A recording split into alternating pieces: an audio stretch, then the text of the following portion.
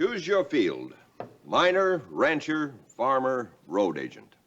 There were many tools with which a man could seek a new life out west. One man, history records, found his rainbow in a frying pan. Not a trout, but a pot of gold. It only took 2 ingredients, the lady and the sourdough.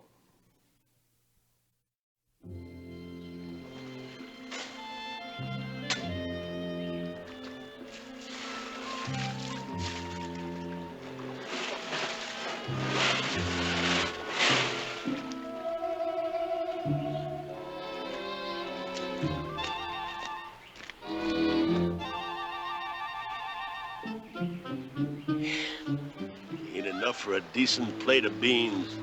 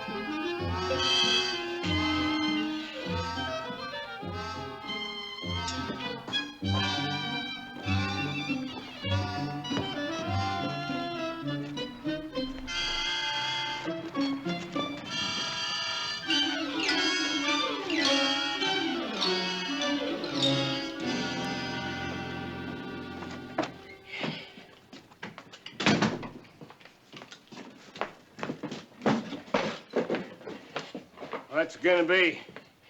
Beans is good today. You're new. Ain't nothing new about me but the hat, mister, and that's 8 years old. Beans? Yeah, no, I'd like a T-bone steak like that one with some taters, maybe some peas and coffee. It's $1 2 bits. $1 2 bits. Last week it was $1. That's high-handed robbery. Beans is 35 cents. What's Toomey trying to do? Get rich off the sweat of a hard-working man? You still bellyaching about my prices, Despo? This ain't San Francisco, Toomey. You don't have fiddle music and linen tablecloths, so what are you charging them extra prices for? 'Cause I make pretty good beans. I don't want beans, I want a steak. Give him a small one for $1 before he busts a hamstring.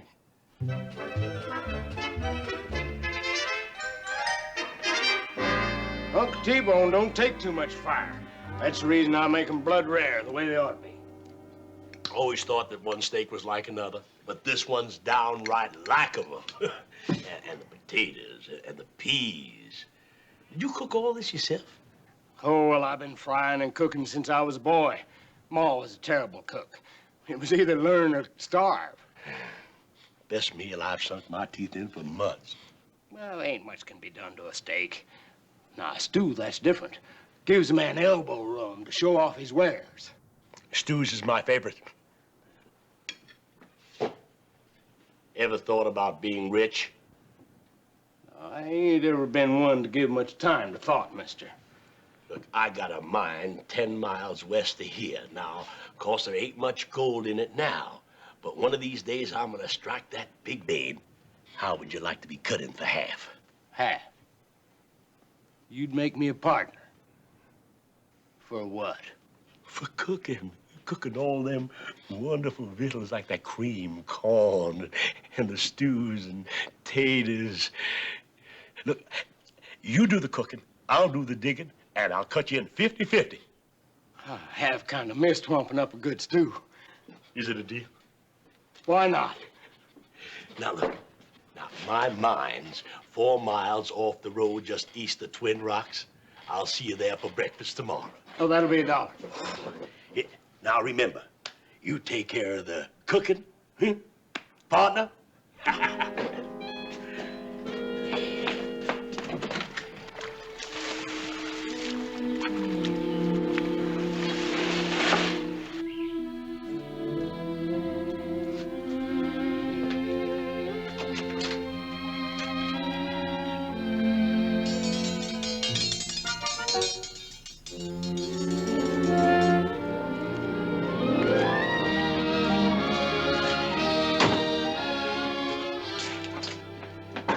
Irish stew, right? If your nose for gold was as good as your nose for food, we'd be millionaires by now.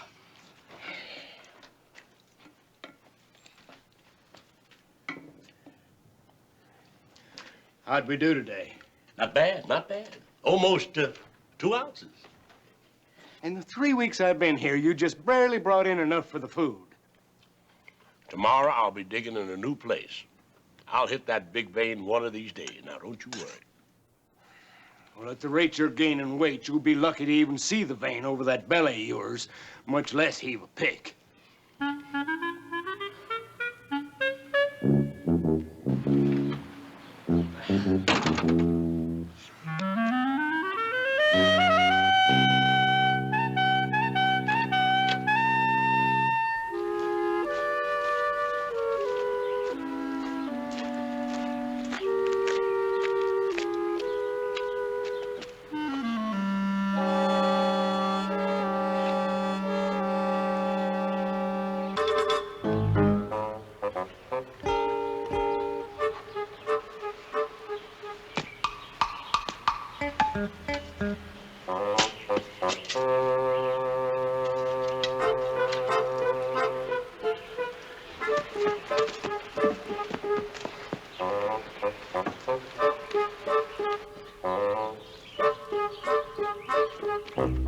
Rupert!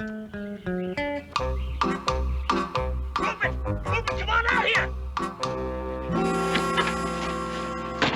Look at this. Look at this all. What about it? That's gold. Don't you know gold when you see it? Well, I seen a gold watch once. But this is solid stuff, not dust. You mean you found the vein? Well, not exactly. But it's a lot better diggings than I've been scraping out of that rock. Now, grab a pick and follow me. No, I got a casserole simmering. Forget it. I need your help. Well, now, I'm not a miner. I'm a cook. You know our deal. You dig and I cook. I need your help. I don't ask you to peel potatoes. This is not potatoes, man. It's gold. I can't stand here and argue with you. Now, wait a minute. I own that mine. I claimed it and staked it out, and I cut you in for half, and you're going to work with me if I... Rupert, where are you? Come. Now, you have to help me dig. The two of us can get twice as much out in a day. Hey, my casserole's burned. Now it's all your fault. Get out of my kitchen. Get.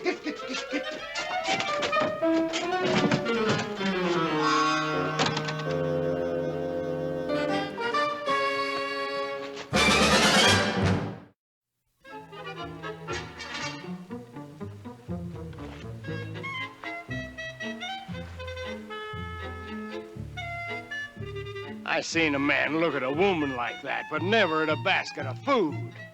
Come on, come on. Since I've been doing work for two of us, I got appetites for two of us. What you got for supper? I got the makings of a roast. Good, good. Johnny Hollowlegs.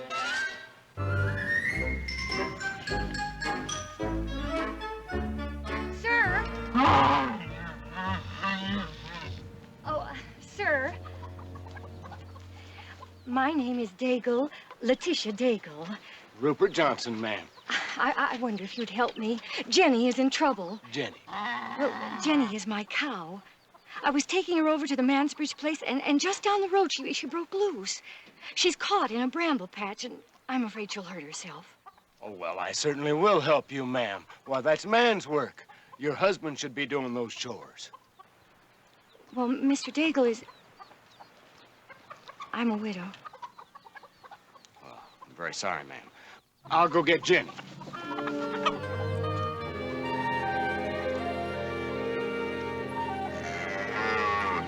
Here she is, Miss Daigle. A little fret up about it. No harm done. I'm so obliged to you, Mr. Johnson. Well, it's my pleasure, ma'am. Thank you. I wonder, would you like to try one of these plums? They're from my trees. Oh, wonderful. Thank you.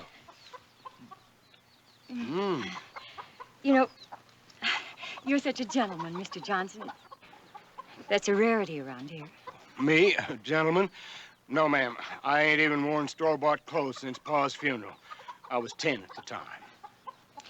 Clothes do not make a gentleman, Mr. Johnson. My husband, Mr. Daigle, he was a gentleman. Well, he was so kind and so considerate. Not a ruffian like all these miners around here. Have you ever been married, Mr. Johnson? Oh, no. Not me, ma'am, no. Oh. Why not? Well, I just ain't ever been much with women. Well, one time I got drunk in Covington and I had me a fandango with one of them dance hall Jessies. Oh, I'm sorry, ma'am.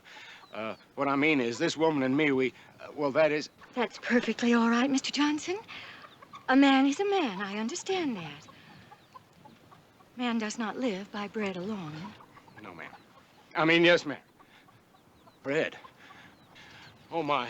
I forgot to take the bread out of the oven. Well, it's spoiled by now. You bake bread? Well, yes, ma'am. I made a deal with a miner. He digs and I cook. Oh. Of course, I ain't seen much gold since we become partners, but at least that gives me a chance to cook what I want, and that's good enough for me. You really like to cook, don't you? Oh, it's my whole life cooking. I don't know anything else, don't care to. There's something almost holy about cooking. Taking what the good Lord put in the ground, sweetening it, salting it, add a little water, set it on the fire. Onions, water, salt, fire, simple things, but more important to living man than, well, even gold. My pa always said, "You're what you eat." I guess that's why he and Ma didn't get along so good. Ma couldn't even boil water without burning it. Oh. Mr. Johnson, I was taking these apple turnovers to the main splitters, and, well, would you like to try one? Oh, my. Mmm, delicious. There's something else in it. Brown sugar? No. Guess. Tell me. Honey, just a smidgen. I never would have guessed. You know, I never have been much on bacon. I just can't seem to get the hang of it. Well, I bake pretty well. I'd better be going. I'll help you out. Thank you.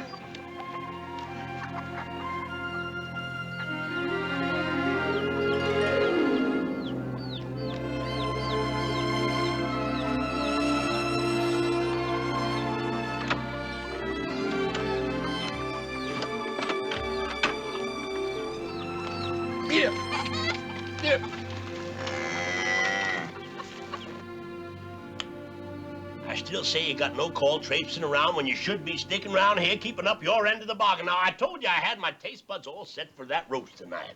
Appears to me there ain't nothing lacking about your taste buds. Chicken ain't roast. Where'd you go off to anyway today? I had to help a friend with a cow. How'd we do today? A little better.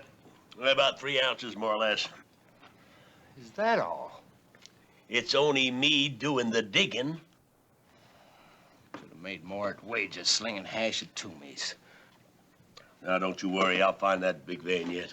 I think I'll go outside and get me a little fresh air before I turn in. Well, don't suck in too much air. You're liable to plumb explode.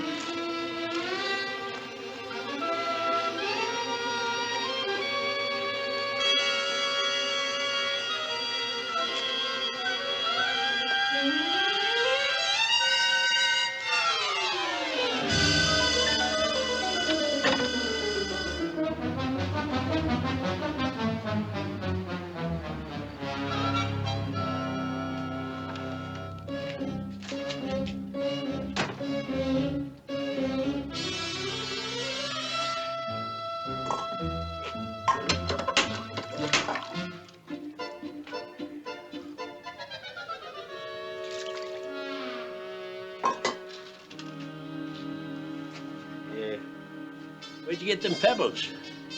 All them came out of the chickens. Chickens? Yeah. Them haywire pluckers must have pecked at everything in sight. Pebbles, buttons, even found a nail in one of them. Sure were nice chickens. Yeah, fat and sweet. Where'd you get 'em? Miss Daigle, the widow woman down the South Road. She's got herself a right nice farm. Stagel, huh? Sure knows her chickens. Yes, sir. She sure knows her chickens.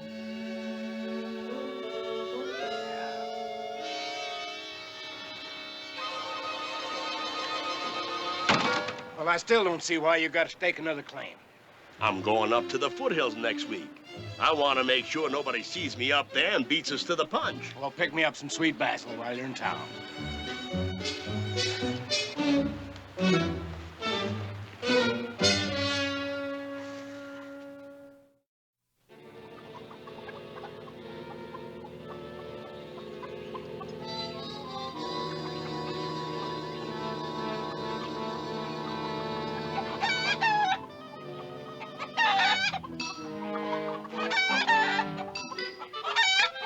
Yeah, that gold must be lying all over the yard. Just laying on top of, waiting to be picked up. Good afternoon. Howdy. I was just passing by, and I thought I'd buy me some of those nice chickens of yours. Excuse me, forgot my manners.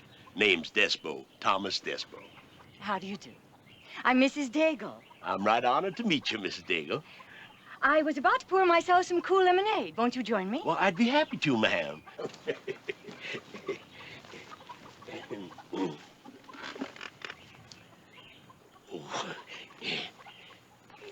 Excuse me, ma'am. I forgot my manners again. You know, I've been grubbing around in dirt and rocks so long, I guess my etiquettes aren't properly oiled. I understand. Sure is a lot different than the way I've been living the last 15 years. I was raised on a farm, you know. Oh, really? Well, perhaps someday you'll be able to settle down and have your own place. Being as you brought it up, I've been doing a powerful lot of thinking about doing just that. Oh, I'm sure you'll find a place. Don't suppose you'd be considering selling this place? Oh, dear. I don't know where I'd go or what I'd do if I did.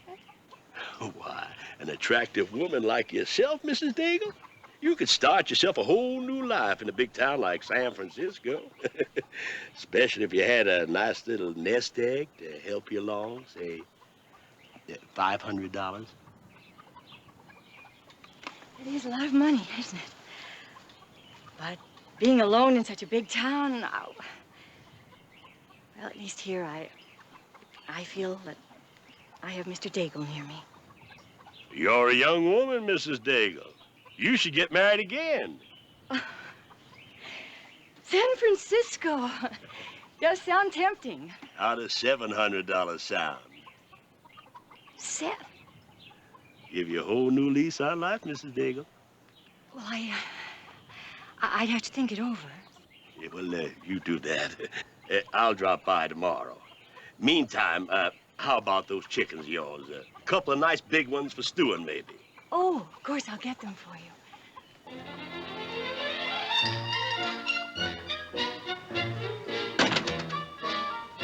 You get my sweet basil? Oh, I forgot. One thing, and you can't remember it. Well, you better tie up them chickens. They'll wander off before we get a chance to eat them. We're having them tonight. We had chicken last night. I'm fixing a roast. You eat the roast, I'll eat the chickens. Go on what you're doing. I'll clean them.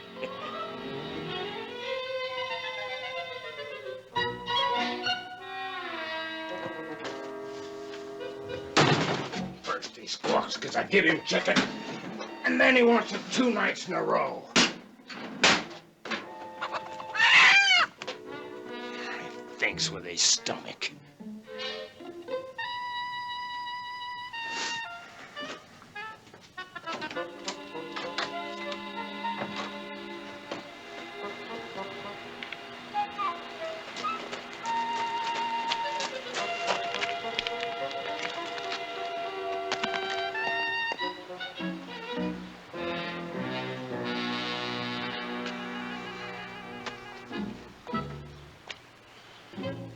No doubt about it. It's there, all right.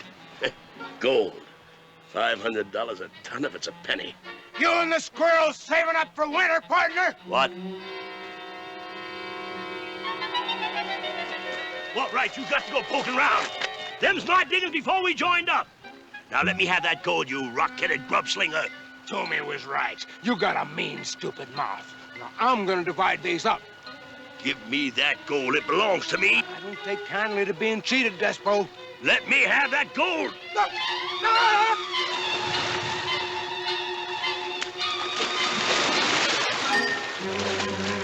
All right, now here's yours.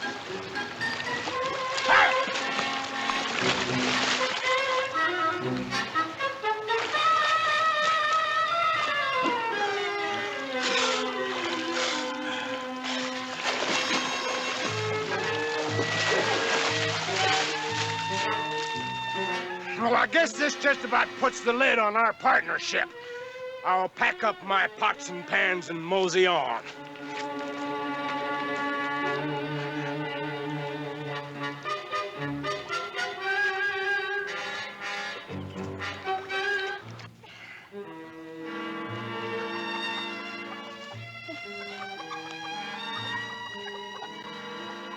Oh, good afternoon, Mr. Deswell. How nice of you to drop by. Why, I'm right honored to hear you say that, Mrs. Daigle. I have some very exciting news for you. You decided to accept my offer. Oh, no, it's much more exciting than that. It's a glorious piece of news. I have gotten married. Well, congratulations. You what? Isn't he wonderful? Well, I mean, who? Well, it all happened so fast, but I think we knew that very first time we met, the day that Jenny got caught in the bramble patch. Jenny. Ain't you gonna congratulate us? Oh. Why, you sneak. You double-dealing, two-timing skunk. You knew that gold was out in that yard somewhere. You knew those chickens picked up them nuggets here. You knew there was a gold mine right here in that yard, and you married her to get it all. Gold? In the chickens? That's right, you pussyfootin' sourdough. In the chickens when you cleaned them out of their claws, same as I did. You knew there was a gold mine in this yard just a-sitting and a-waiting somewhere around. So no wonder you wanted to buy this place. Why, I thought you wanted to settle down. And we had the papers all ready for you. Yeah, you mean you really didn't know? Till just now. Rupert, I don't think I understand. What? You heard him, Letitia. In the chickens. He found gold ore in the chickens' claws. What? They must have just picked it up off the top of the ground here in the yard. I just spilled it out, didn't I? Why, I had some money all saved up. Letitia and me was going to San Francisco. We was going to open up a nice little cafe. Rupert would cook and I would do the baking. And now I just threw it away. It's that mean, stupid mouth of yours, Despo. Looks to me like it's more stupid than mean. Well, Letitia, looks like we don't have us a farm. We got a gold mine. And that ain't chicken feed.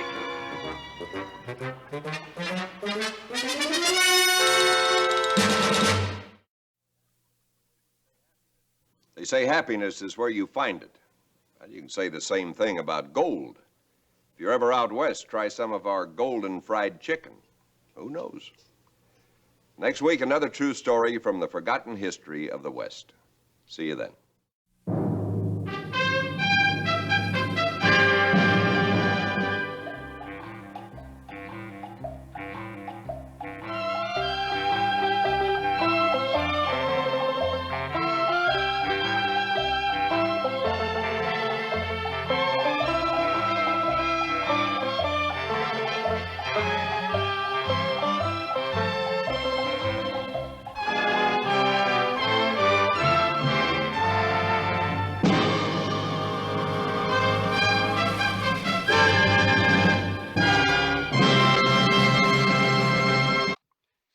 Some of the bloodiest pages in the history of the early American West were written in Lincoln County, New Mexico in the year 1877. There, one of the classic situations of Western fiction, the confrontation between good and evil, was played out in earnest. If the situation was familiar, two of the main players were not. One was a cultured, wealthy, finely bred English gentleman, the other a New York-born hoodlum. The Kid from Hell's Kitchen.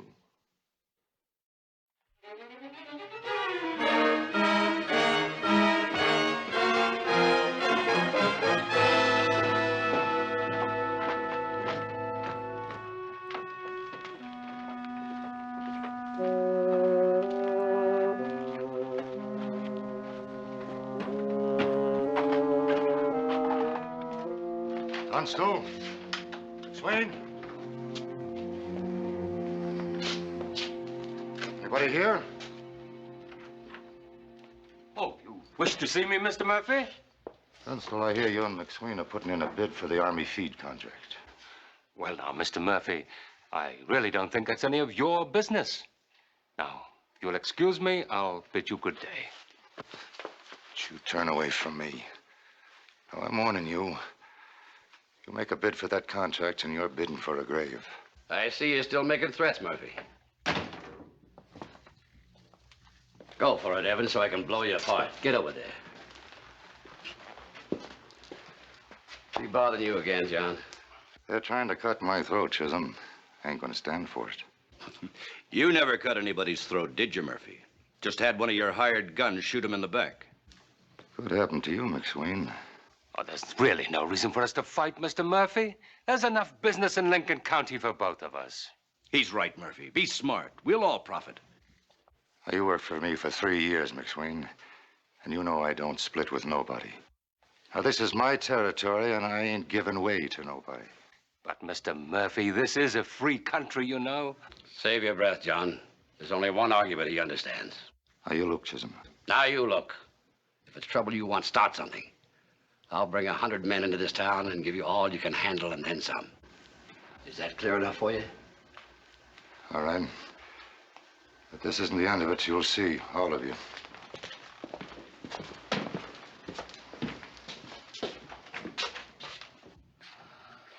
I told you there'd be trouble if we went after that contract. Believe me, John, he's a vicious animal. I know of half a dozen men he's had beaten or killed. Alex, I've told you, I won't let Murphy, or anyone else for that matter, intimidate me. I don't believe you have to worry about Murphy anymore. I think he's got the word. Mr. Chisholm, I hope you don't think I'm ungrateful for your support, but I don't want any violence on my behalf. Neither do I, John. And there won't be any unless he starts it. You see, we ain't civilized, Johnny, like you folks in England. Someday we will be. But in the meantime, decent folks like you and me and Alex here, we gotta be just as tough as the Murphys. Maybe just a mite tougher. Or we ain't gonna make it.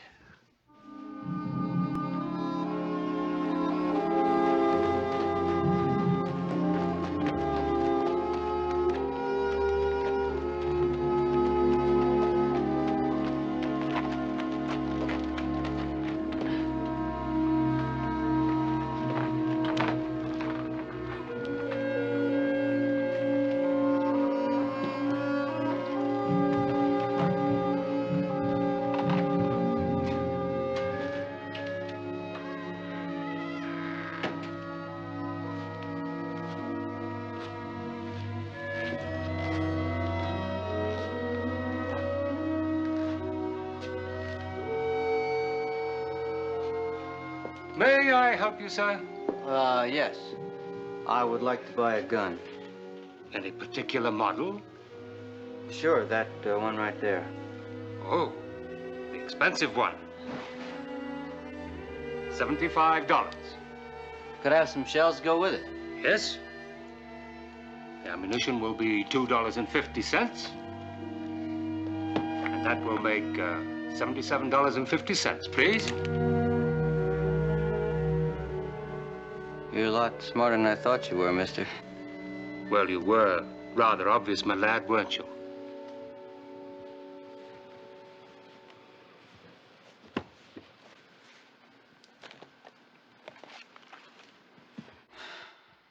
May I show you anything else, sir? Huh?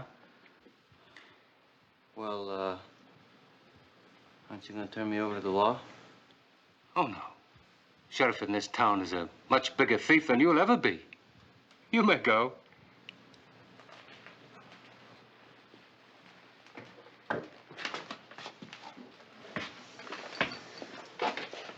Oh, what's the matter? You sick or something?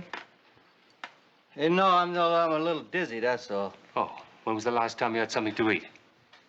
3 or 4 days ago. Oh, well, we're going to have to do something about that, aren't we? Can you walk? Where?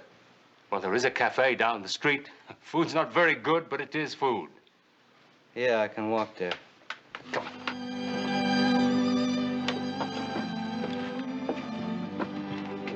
Feel better? Yeah.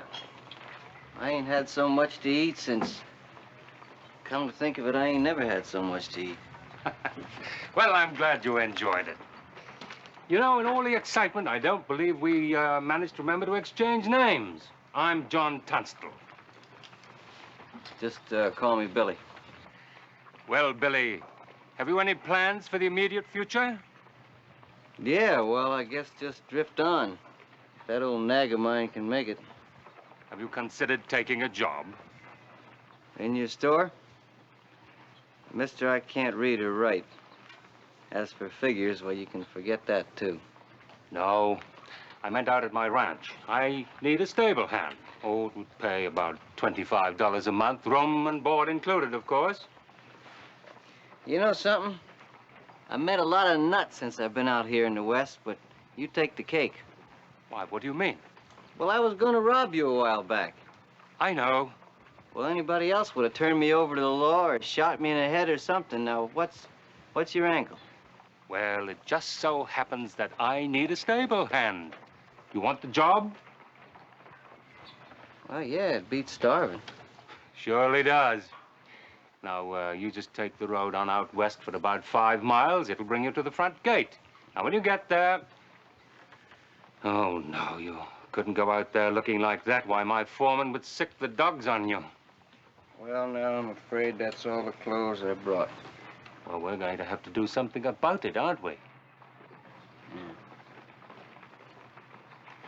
You know, a while back when I was gonna rob you, and you got the drop on me, I wonder what you'd have done if I'd have called you. Oh, I don't know. I think I'd have shot you. Yeah. I wonder about that.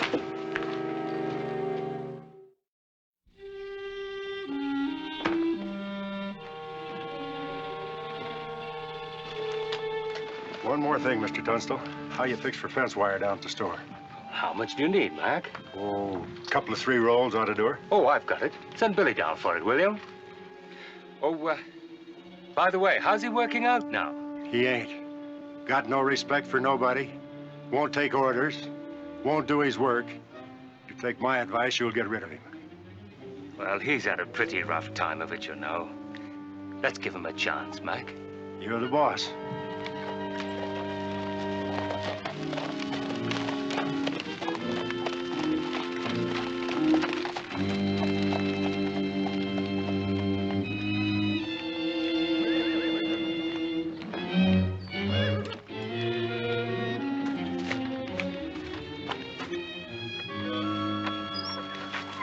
Hey, you, Billy.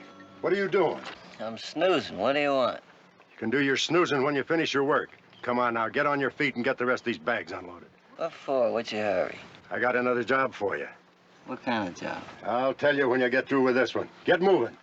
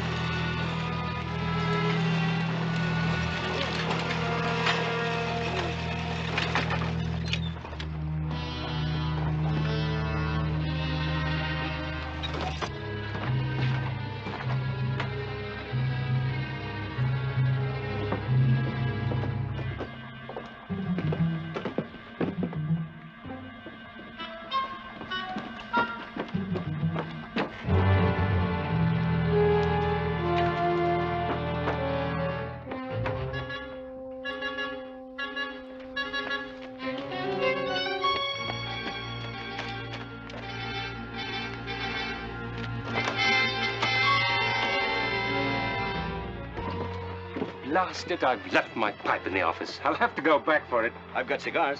Thanks. You run ahead, Alex. I'll join you in a minute.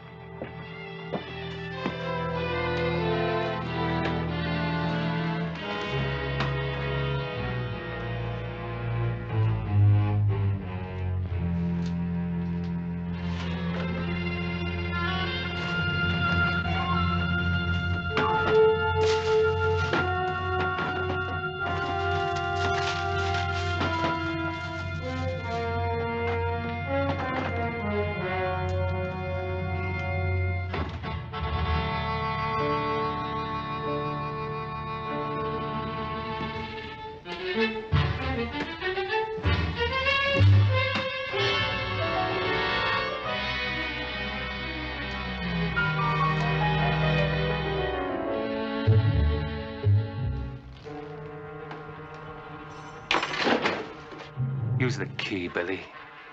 I'd rather you didn't mar the desk. It's the little brass key. What's in there? A bunch of papers? 2 things you need most, Billy. Money and a gun.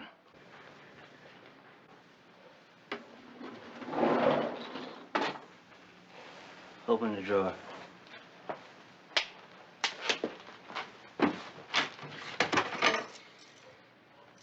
You don't trust anyone, do you? Open the drawer and get back over there.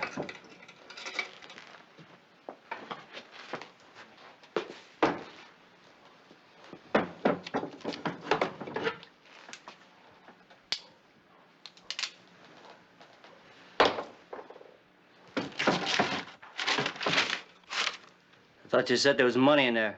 In the box. There's $50 in there, Billy.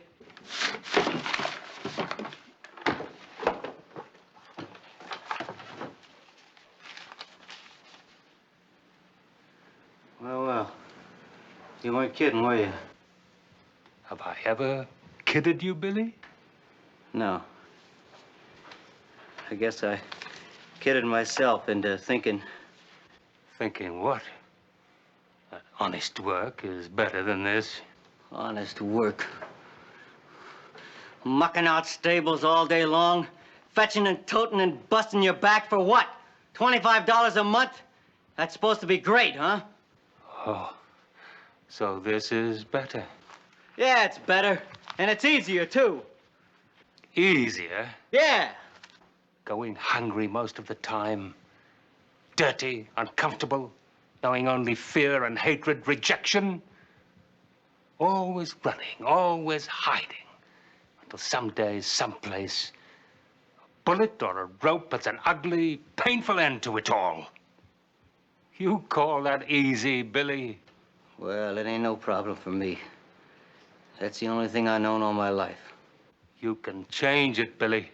That's easy for you to talk. You've been on easy street all your life. Look at you. Oh, I didn't say it would be easy, Billy. Well, what are we talking about? It's too late now anyway. Only if you say so. What do you mean? What did you come to town for? I come to get some wire. It's in the shed at the back.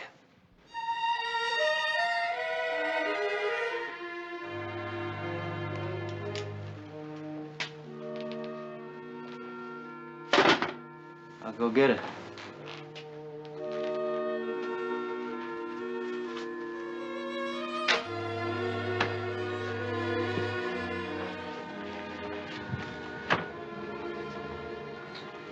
Hi there, Mr. Principal. Morning. Rig looks fine, Billy. Thank you very much. Excuse me, I got work to do. Less than a week ago, I'd have swore you could tame a rattlesnake quicker. What did you do to him? Man's a most adaptable animal, Mac. You treat him like a rattlesnake and he'll act like one. But treat him like a decent human being and...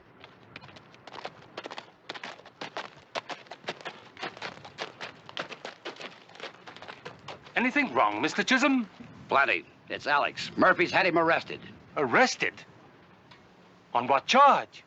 I don't know, but I think we'd better get back to town fast.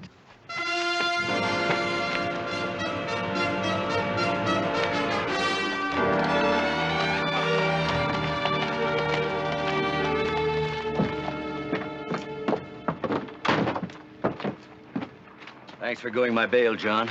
I still don't understand what this is all about, Alex. It's plain enough. Murphy has charged me with embezzling $15,000 from him while I was working for him. Why, there ain't any basis for it, is there?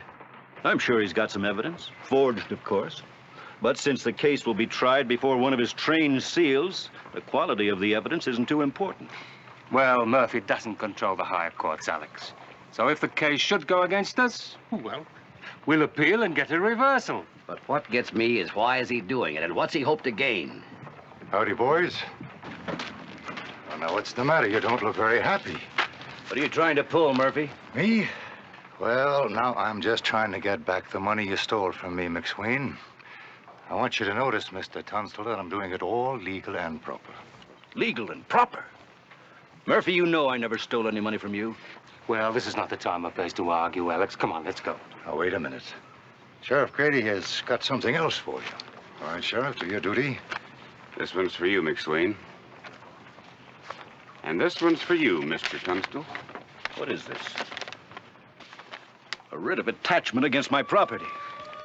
You can't attach my property? Why, I wasn't even in the country when the alleged embezzlement took place. You're partners, aren't you? Yes, of course. Well, Mr. Tunstall, the law says that one partner is responsible for the obligations of the other. But look here, this order ties up all my assets until after the trial. Not only my store, my bank accounts, the ranch, all on a technicality. Well, we'll see you in court.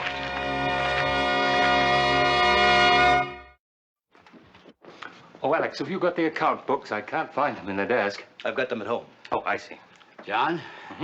You're not going to just sit back and let Murphy do this to you? Certainly not. I mean to fight him in every court in the land, if necessary. Courts. Do you know how long that'll take? A couple of years if he takes advantage of all the technicalities. And in the meantime, my friend, you'll be out of business. Perhaps. But it is the only way. But it's not. Look, I have told you I will not, under any circumstances, resort to violence. John, it's not just your business you're fighting for, it's your life. Now, be sensible. Let me bring my men in here. No! If you bring your men into town, it will only trigger violence and not prevent it. Now, I'm for law and order. You know that. But sometimes the law ain't strong enough. You've got to bring in muscle. The law is muscle. Only it's got to be used, otherwise it gets weak and flabby.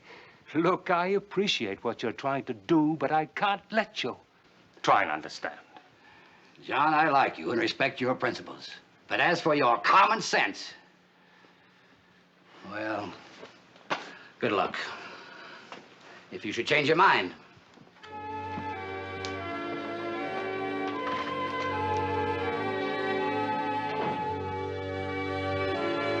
You think I'm wrong, too, don't you, Alex? No, John, you're right. It's the rest of the cockeyed world that's out of step. Thank you. Well, what next? Well, I think we'd better get back to the ranch. Grady will be coming to take over, and I'd like to get everything tidy for him.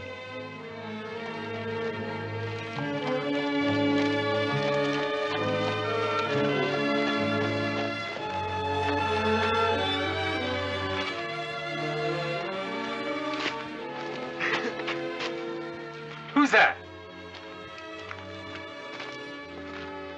Billy, what are you doing here? Well, I'm just hanging around. Now, look, I told you to leave with the others. Well, Mr. Tunstall, I ain't gonna do that. I think I'm just gonna hang around in case. In case of what? Well, trouble. Look, Billy, I've sent the others away so there won't be any trouble. Now, please.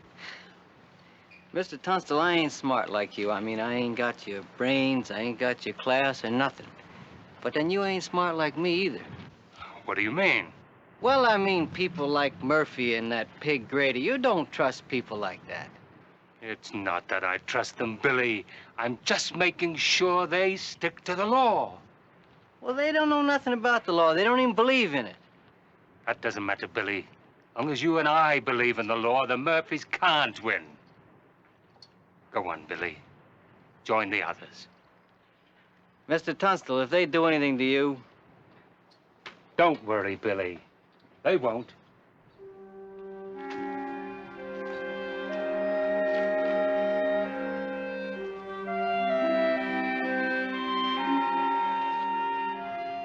Who was it said you can't make a silk purse out of a sow's ear? I think they're coming. Look, get inside of the house, Alex, and do stay out of sight. I'll handle it.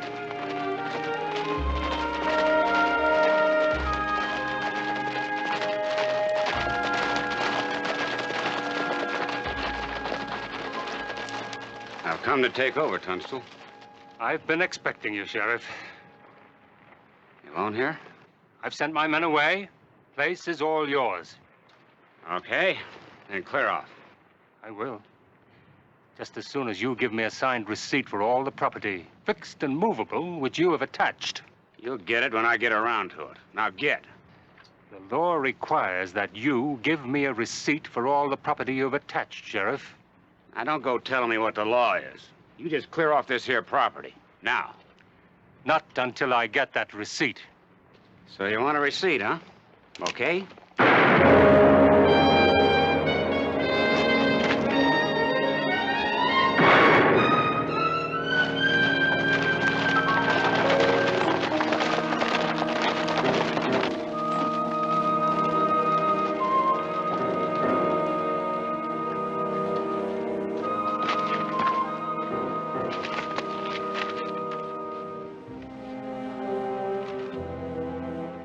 Shot him down. For no reason, they shot him down.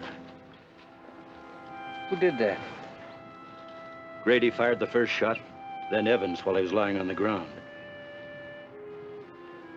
They'll pay for this, Billy. Grady, Murphy, Evans, all of them. Yep. They'll stand trial. You still talking about the law, ain't you? It's the only way, Billy. Yeah. Where are you going? Where do you think I'm going? You can't take the law into your own hands, Billy. Yeah, that's what he said. Well, he was wrong. It's not true. Ask him. No, no, Billy! Wait! For his sake!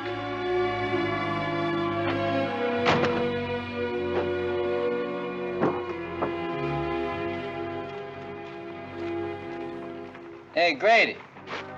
What do you want? Mr. Tunstall was teaching me something. You spoiled it.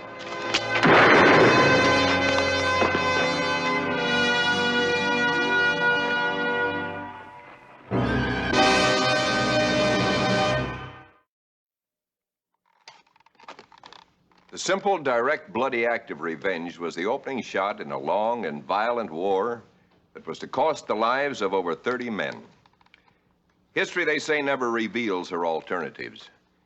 But it's interesting to speculate what might have become of the kid from Hell's Kitchen had he been able to follow the example set by his dedicated benefactor. One thing is certain, the legends of the West would have been deprived of one of their most colorful folk heroes. For Billy's full name was William Bonney, better known perhaps as Billy the Kid. Next week, another true story from our Western past. See you then.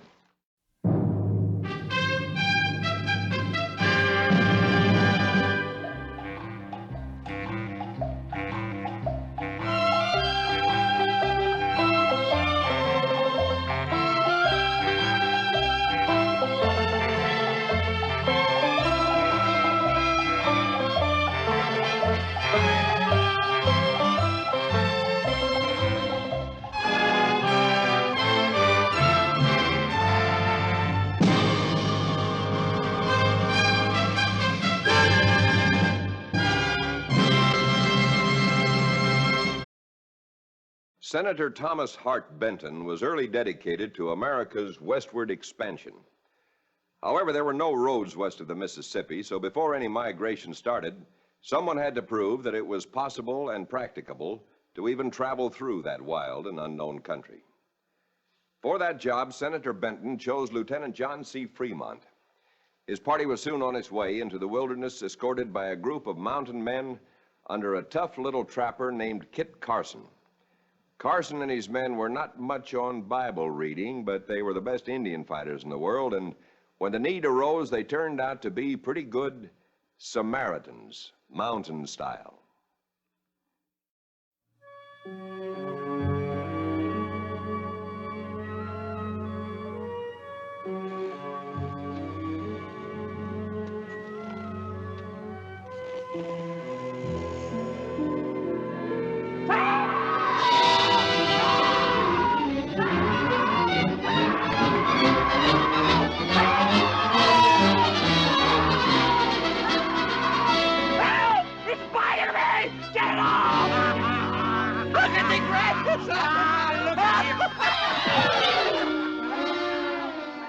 Somebody give me a hand here.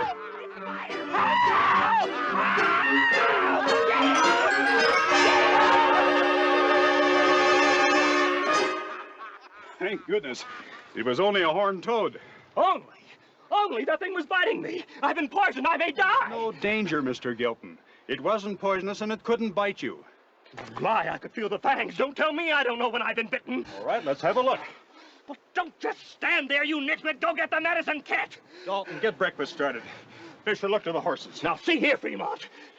No, you see here. Now, a horned toad has no teeth, no fangs, and no poison, and you don't need any medicine. But I could feel the...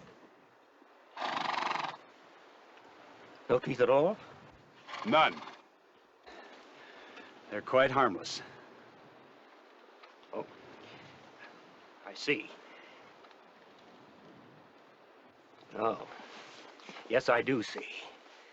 Another little joke of those unwashed animals you call mountain men. Carson and Godet probably thought it was very amusing. Men, they ought to be chained and kept in caves. Now, calm down, Mr. Gilpin. You're not hurt. I must admit, they are a little crude. Crude? Oh, I wouldn't say that, my dear fellow. What I would say is that they're the filthiest, most immoral bunch of heathen savages that ever existed. I don't know where you found such treasures, but you'd better teach them some decent manners. I'm warning you, Fremont. I've stood all I'm going to from those filthy brutes.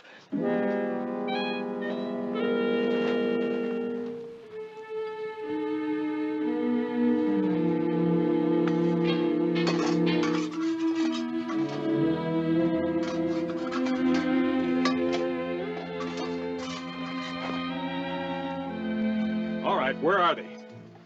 Where's Carson and Godet? Just tying it up, Papa. Where's Carson and Godet? Oh, them two. Well, as I saw 'em strolling off not more than minutes ago. Strolling where? Where'd they go? Well, I don't rightly know for swearing, but Kit was a-dragging a fishing line, and onlyest place around I know for fish is down the creek, and I reckon it ain't stretching it too far to say maybe he's gone fishing. Always in a hurry, that fella.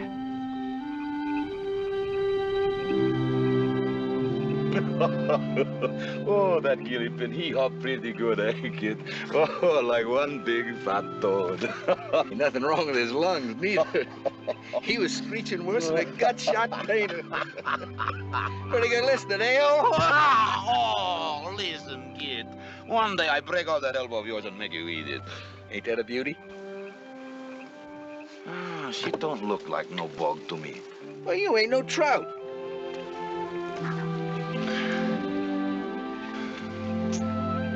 Hey, kid, listen, how come you always take the whiskers from me to make the buck, huh? Well, it's quality. Yeah. Them trout's mighty particular. Them big ones, they won't wiggle a fin for nothing but French whiskers. Oh? Shh. He's heading right over. That big fella.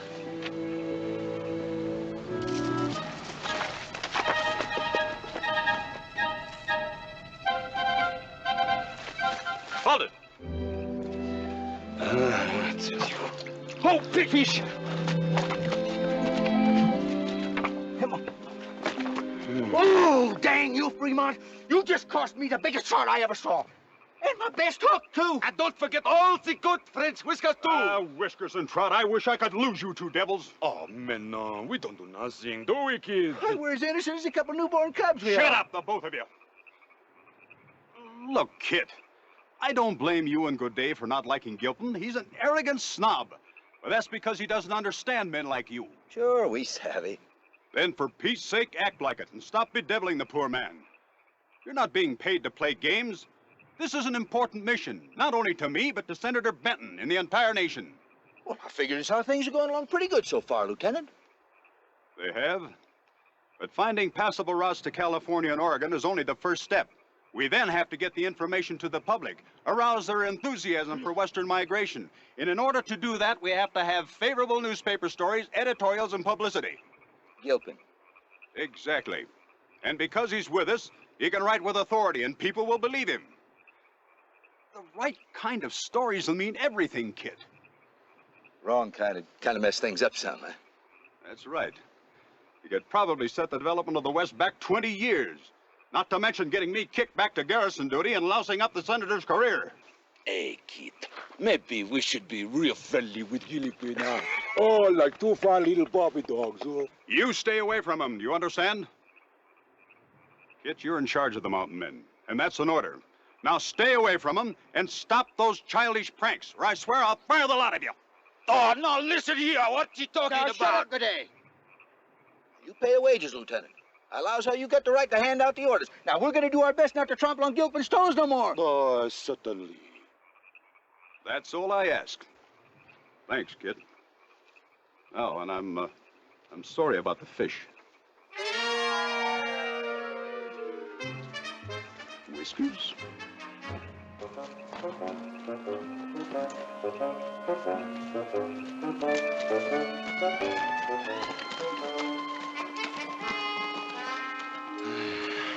What's the matter with you, old horse? You've been acting sulky as a flathead squaw all day. Oh, you go away from me, you little weasel. Go away far and don't speak to me. I do something? You tell Fremont that we are going to be nice to Gillipin. Why you say such a thing? He pays us good, don't he? Yeah, but he don't fire us, Kit. I got nothing to do with it. But I don't still like Gillipin. Well, I don't think he loses any love over us either. Well, pretty soon, I step on him and squash, like the tumblebug. You do, and Fremont will have your scalp. Ah. And if he don't, I will.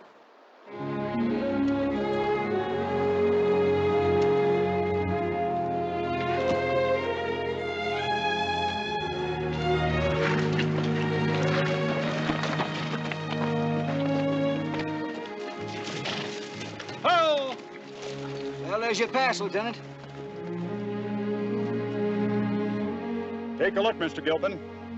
In 2 years, wagons and people will be moving through that pass. Someday, even a railroad. It's a nice dream, anyway. Hello!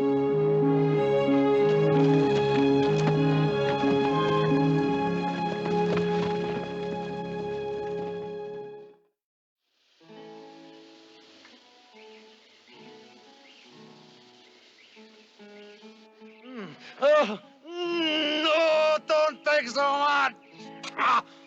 Yeah, that ought to be enough. Well, that's all you get, Kit. Oh, bon Dieu, by the time we reach California, you'll have me naked like a baby. They'll grow back.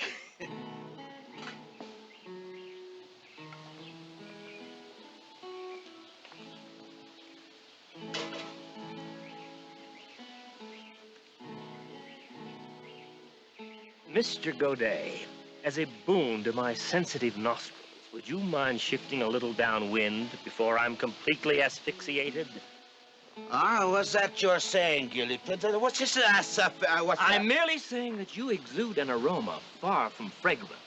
In a word, my unbathed friend, you stink. So let's you and me go down to the creek, huh? And take the nice bath, huh? Come on. I teach you how to swim underwater. Put me down, you ugly ape. What's the matter, mon ami? You don't want to swim in the creek. I said turn me loose. Why, you little pipsqueak. So now I take you into little pieces, eh, Gillipin? You little pipsqueak. Let go of me, kid. I am going to cut his ears off. Cool off now. I am going to cut his ears off. All right, cool you off. You let me go. Have some coffee, you clumsy idiot!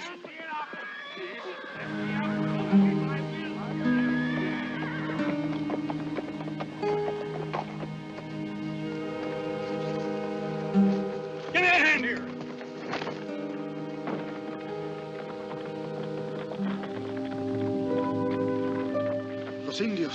Los indios mataron a todos. Shh, amigo. No habla más. The boy seems more worn out than anything. This was pretty well scratched up from an Indian lance. Get him into my tent. Put the man in my cot. Let's pick him up. Kit, listen, you speak Spanish. As soon as they can talk, find out what happened, will you? Right. Man's name is Andres Fuentes. Raises horses. Boy's name is Pablo Hernandez. Indians raided their camp, killed a bunch of Fuentes' cousins and a couple other people. Fuentes and the boys night herding the horses. Indians stampeded the horses and ran off with most of them. How many Indians, kid? He figured 100, but you know how that goes. I guess maybe 10, 15. And the horses? Fuentes said they left them down at Wolf Spring. Poor devils. Those horses were probably everything he owned in this world. You're dead right about that, Fremont. Well, don't just sit there. Let's get started. Get started where? You heard him. Indians have murdered and robbed innocent men. Let's go after them. We can't just sit here. I ain't lost me no Indians. You know, me, I think if we go after those Indians, maybe they get mad and kill us too, eh? That's exactly what I'd expect of you and Carson. But you, Fremont, you're an officer in the United States Army. Surely you see what has to be done. Perhaps better than you do, Mr. Gilpin. Please sit down. No, we're going to huddle around the fire like a bunch of cowards. I'm in command here, Mr. Gilpin. Sit down and be quiet. What do you think, kid? Any chance those horses may still be at Wolf Springs? Well, there's a chance of finding snowballs in hell. Yeah, there's no point looking for them at night. Take a party and see what we can find in the morning.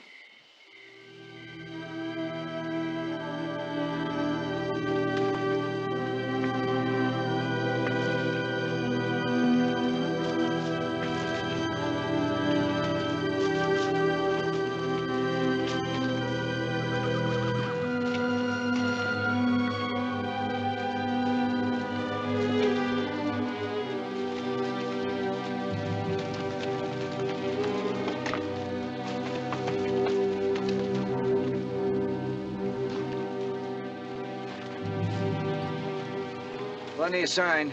Nary a horse. He just picked them up last night. Drove them south. Well, there's nothing more we can do here. Let's rest and water these horses and return to camp. Yes, Mom.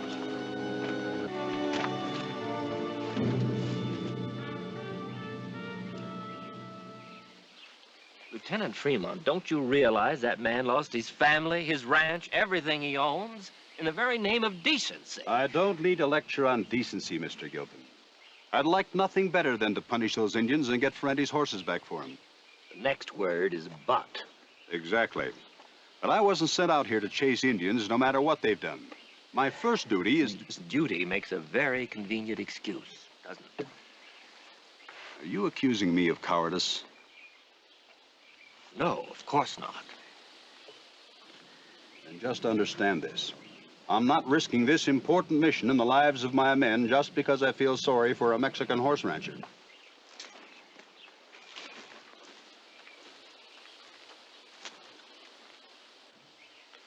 Oh, where'd he go? Where's that Carson? Dalton, where's Kit? Well, I wished he was a sizzling in a devil's fry pan. I had that handle fixed up real good with a piece of wire, and that little varmint swipes it to make his sell some fish hooks. Well, never mind that. Where'd he go? And where's Godet? They went off a little bit ago. Off? Where? They knew we were going back to camp. Well, Kit said something about us going ahead and that they'd join us back in camp. Dang him, anyway. I'd give a prime beaver pelt for that piece of wire. Is that all he said? He mentioned something about getting that Mexican's horses. More than likely, they'd get their backsides stuck full of Injun arrows.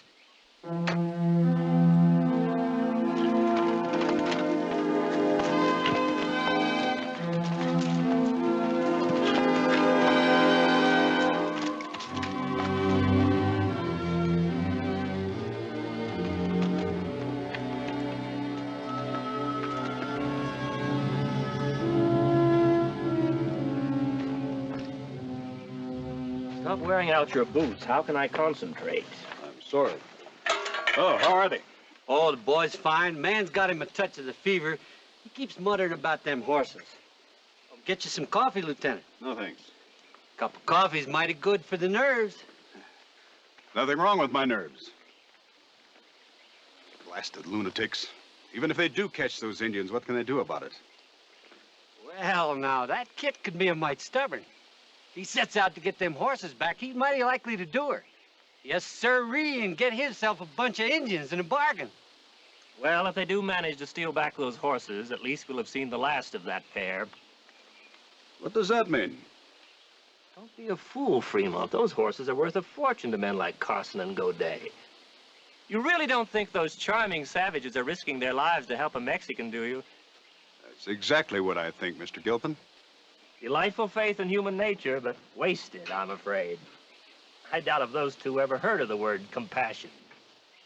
You'd better pray that you're wrong, Mr. Gilpin. Oh? Shall I get on my knees? You suit yourself. We still have a lot of wild country ahead of us. If Carson doesn't get back, your scalp will probably be drying on a lodgepole this winter.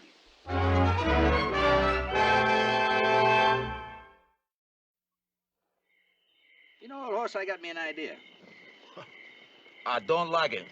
Well, you pighead, you ain't even heard it yet. I figure we ought to keep on going. Oh, listen. We can hardly see the sun in daylight. Are we going to smell the trail out like dogs there? Why follow the trail? Long, dry country ahead. The way I figure it, there's only one place they can graze and water that many horses. Mais oui. At Diamond Springs. They have to camp there tonight. There is no other place. Well, I figured we move fast enough, we ought to be able to locate their camp by dawn. Why you sit there like a lump on a log? Come on. We get those Indians at Diamond Springs. Well, if you're sure they're there. Of course they're there. Means a long night ride. But if you say so, just remember, this was your idea.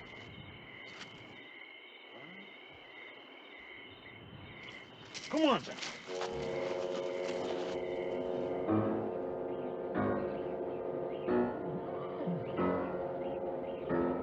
Me, I'll take care of that pony girl. Oh, no.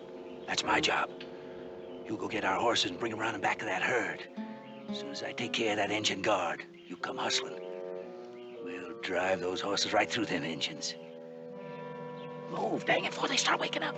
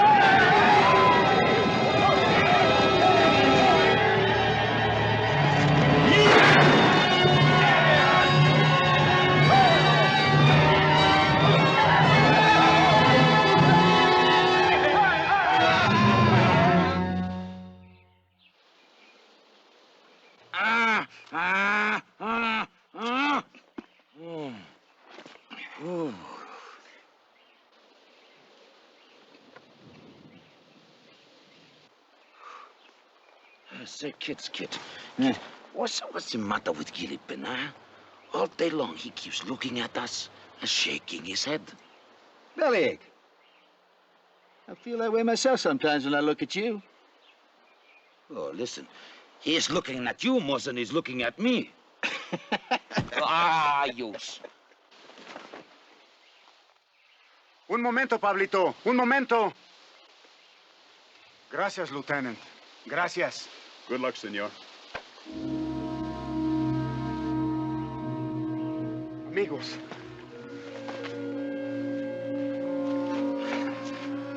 Que la Virgen los bendiga. Han hecho una cosa muy magnífica. Estoy muy agradecido. Mi casa y todo lo que yo tengo es de ustedes. Mil gracias. Nada. Vayan con Dios.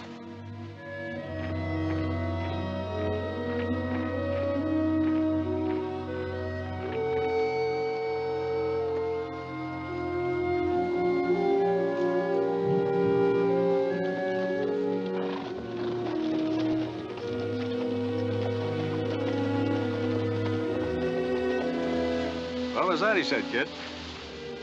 Thanks. Yeah, the next time you two decide to volunteer for something, I'd appreciate you letting me know.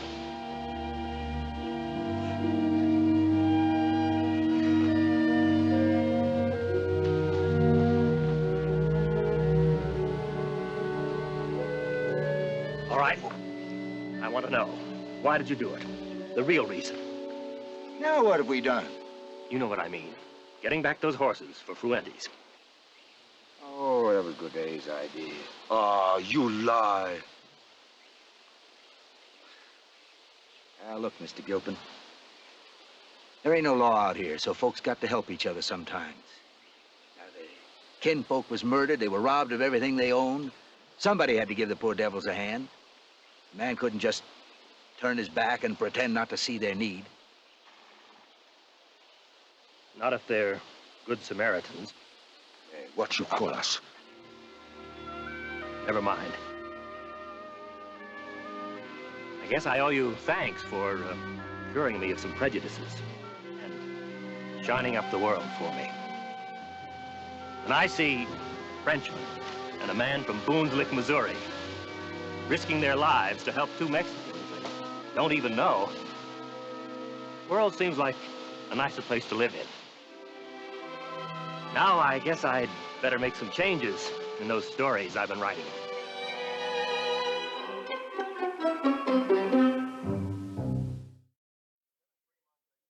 Lieutenant Fremont's expedition was so successful that he went down in our history books as the Pathfinder.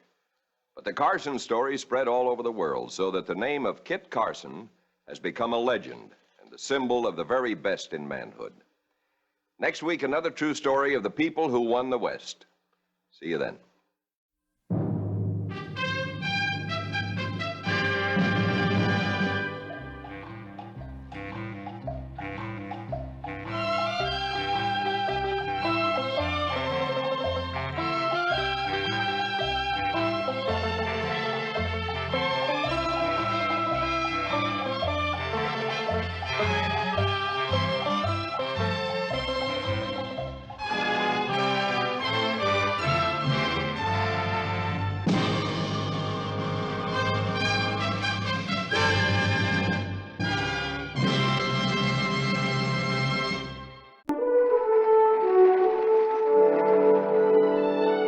For the last time, I'm telling you no.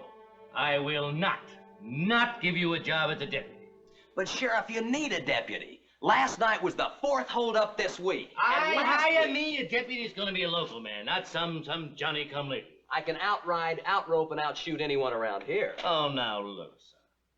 Roping steers in a Wild West show and shooting at some targets is not the same as tangling with real outlaws like the James brothers or Frank Musgrove or Al Britt. Al who? You see, you don't even know who these outlaws are. Son, my advice to you is to catch up with that Wild West show and get your old job back. I don't want my old job back. I want to settle down here in Sedalia. Why, Sedalia? Because I found the girl that I'm going to marry here, and I need a job to support her. Well, you won't get it from me. Who is she?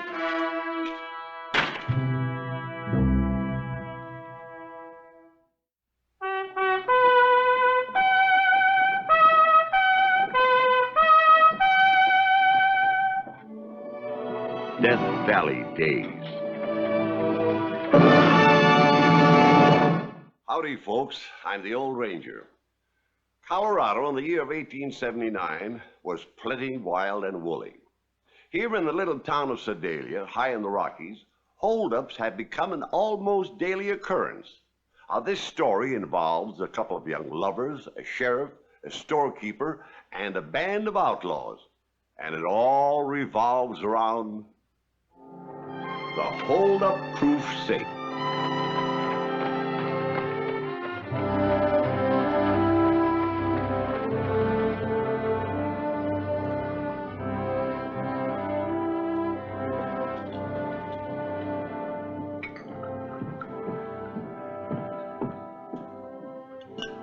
You expecting someone, Katie? Sandy McDonald. Oh, is that fellow still around? He's settling here. Well, then I guess what I heard's true. You two fixing to get married. Just as soon as he gets a steady job. He's over talking to Sheriff Griswold now. Oh. Hi, Mr. Lamerson. Oh, Sandy. What did he say? Nothing doing. Why not? Well, because I'm a bum and a stranger. Did he say that? No, not exactly, but... Well, there are other jobs besides being a deputy. They need a bartender at the Alcazar Saloon. Yeah, but I'd rather have a job where I can use what I know. You try the express office? Well, they got their regular drivers. Until one of them gets killed, they don't need anyone to ride shotgun. Well, the rate holdups are increasing. That won't be long. Show him the ring, Sandy. You already got a ring? Yeah.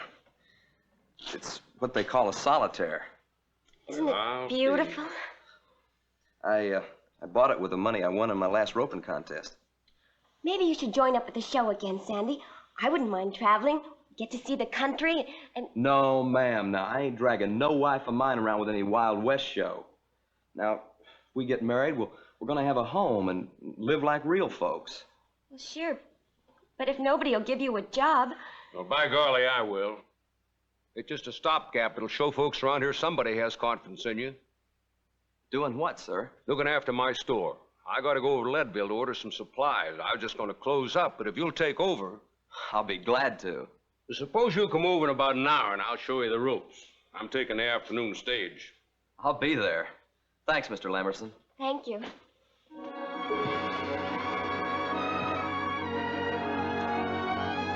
Well, at least it's a start. You never know what it might lead to.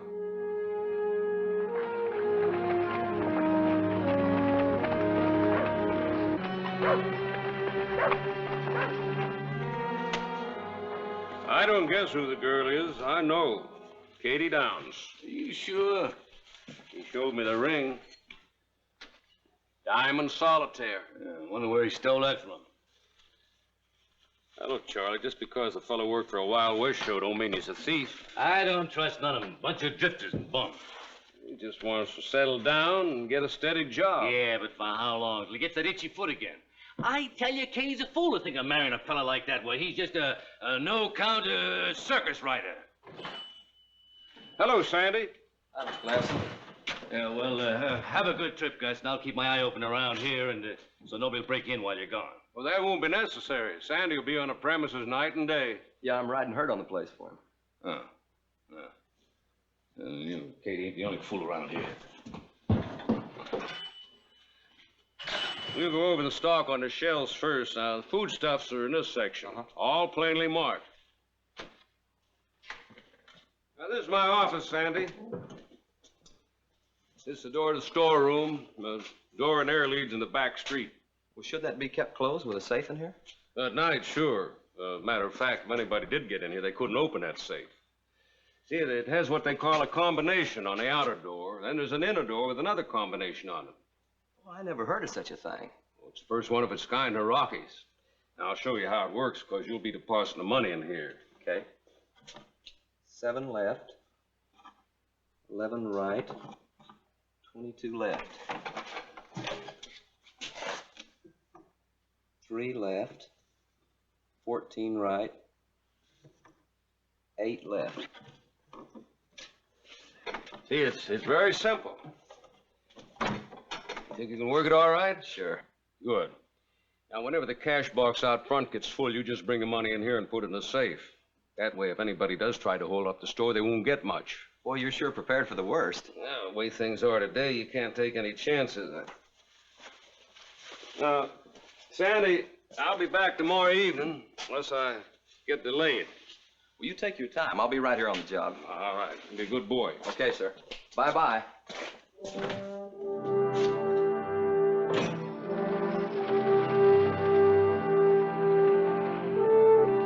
246 rice, sugar. Howdy. Boss around? No, sir, he's out of town. Now, if that isn't just my luck. The one day I happened by. Well, is there anything I can do for you? Mr. Lamerson left me in charge. I'm Marshal Bemis from Leadville. I'm just on my way back from Denver. I had to deliver a prisoner, so I thought I'd stop by and take a look at that new safe he's been bragging about. It's the first of its kind in the Rockies. Is there any objection to my looking at it?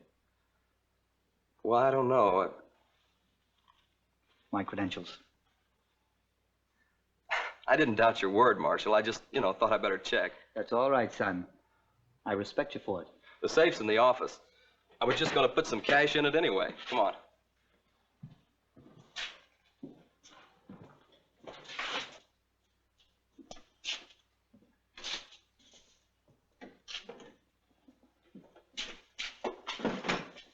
It's practically hold-up proof.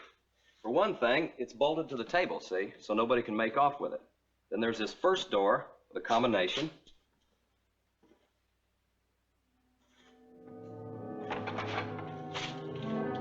And an inner door with a mechanism that works like so.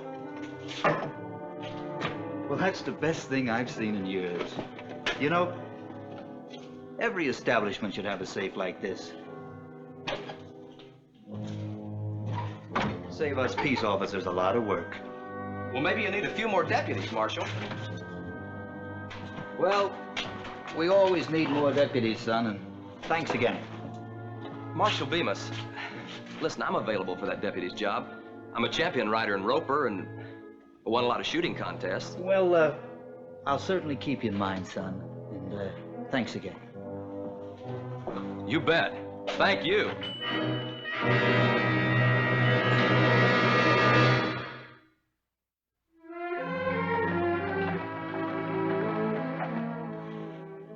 That'll be $18.50, Mr. Grimes. All right. Thank you.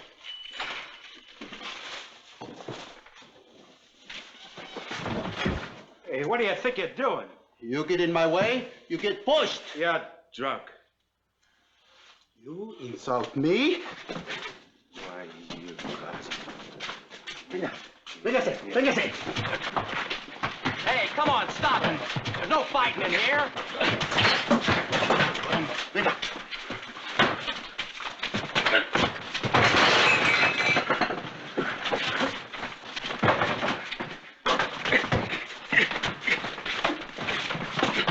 All right, now break it up or I'll call the sheriff. Now, Grimes, go on about your business, huh? And you stay out of his way. He told me I was drunk. Yeah. All right, now, you want to buy something or what? I'm looking for a pickaxe. Well, we got all sizes. Take your choice.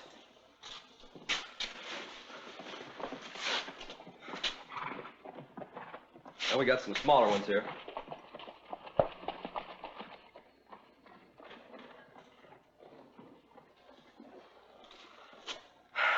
Now, look, do you want to buy one of these or don't you? No, I changed my mind. Yes, sir. Can I help you? Yeah, you can sell me some grub. I got my list here. Just fill out the order. Yes, sir.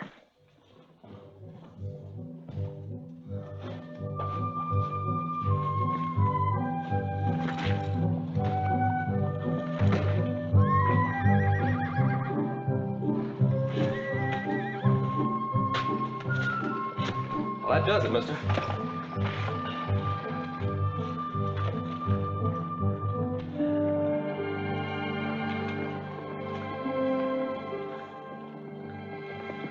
That's for helping me. Thank you.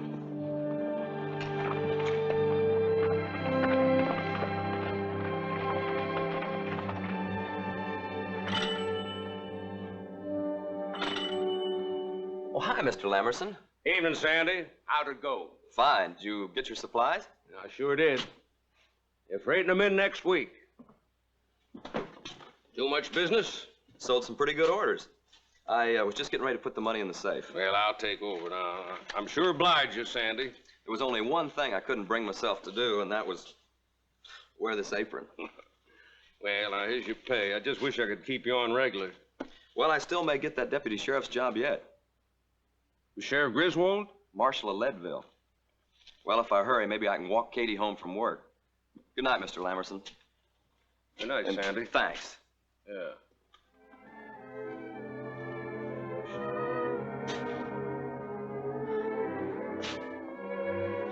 It would be wonderful if this Marshal Bemis gave you a job. That would show Sheriff Griswold. I think I'll just ride over to Leadville in a day or two and drop in on Marshal Bemis, so he doesn't forget me. I'd like living in Leadville. It's a lot bigger than Sedalia. It's a nice town. Sandy, I've been robbed. Robbed? When? I don't know. The safe's open and my money's gone. Well, I don't understand how that could have happened. What are you doing? You're the only one that could have gotten into the safe. Yeah, part of it, guy? I had some new minted $20 gold pieces. A customer gave me that for helping him. You're under arrest. Now, where's the rest of the money? I don't know. I didn't steal it. Maybe you'll talk better from a jail cell. Come on.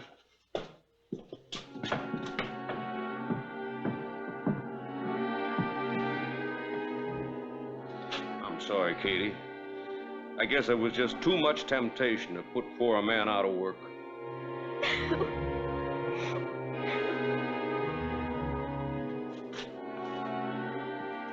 If I don't get my money back, Charlie, I'm in trouble. I'll need it for when them supplies come next week. Well, he won't tell me where it is, guys. He just says he didn't take it, then he clams up. I warned you about him. Well, you don't have to rub it in. Nowadays, you can't trust nobody. Here, look at this. Reward for return of my stolen credentials. Stolen in or around Leadville. Stanley Bemis, U.S. Marshal. I'm telling you, crooks are clever these days. Well, they even steal from the law. Hello, Katie. Good morning, Katie. Morning. I brought him some breakfast. Can I take it to him? Well, the less you see of him, the better. I still can't believe it. Well, he's the only one who knew how to open a safe, Katie, except me. We all knew he wanted the money. It wasn't money he wanted, Sheriff. It was just a steady job and a place to belong. Why don't you let her go in and see him, Charlie? Maybe she can get him to talk and tell us where the money is. Well, if he does make a confession and full restitutions, it would go a lot easier on him. I might even drop the charges if I got my money back. I'll try, if it'll help any. Well, I better get back to the store, Charlie. You let me know. Yeah. Come on, Katie.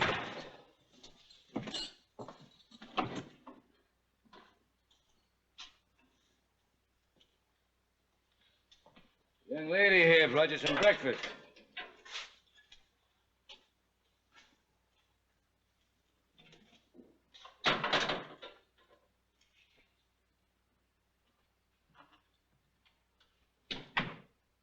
Don't you want it? No, I'm not hungry. Sandy. Look, I didn't steal that money, I swear. Then who did take it? You were there all the time. Marshal Bemis, and a couple other fellas. Marshal Bemis, what are you talking about? Look, he isn't really Marshal Bemis. He's Frank Musgrove. Frank Musgrove, the outlaw? Right. I recognized him from a wanted poster I saw on the sheriff's desk. Him and Al Britt, too. I don't understand. Well, I figured it out last night when I was walking around the floor of this cell. Remember I told you that I showed Marshal Musgrove how the safe worked? Yes. Well, right after he left, Juan Lopez, you know who he is. Well, he came in the store and he started to fight with a miner for no reason at all. Well, that's when Musgrove and Al Britt sneaked in the office from the rear and robbed the safe, while Lopez kept me busy out in front. Al Britt was in on it? He's the customer that came in afterwards and nearly bought out the store with Mr. Lamerson's money. He's the guy that gave me the $20 gold piece. Well, I never... Boy, to think of this. 2 days ago, I never even heard of him. Why haven't you explained all this to Sheriff Griswold? I'm just too ashamed to. I got tricked like a fool, kid. If word of this ever got out, Katie, I'd never get a deputy's job. You're probably right. But you've got to do something. I'm going to. I'm going to get out of here and bring those 3 back to face the music. You mean escape? Right. Will you help me? Well, that wouldn't be right, Sandy. Look, I'll never get cleared if I don't go after him and bring that money back. It'll be a goodbye ring, too. Goodbye ring? What ring? I put your ring in Mr. Lamerson's safe so I wouldn't lose it. They got that, too. They stole my ring. Why,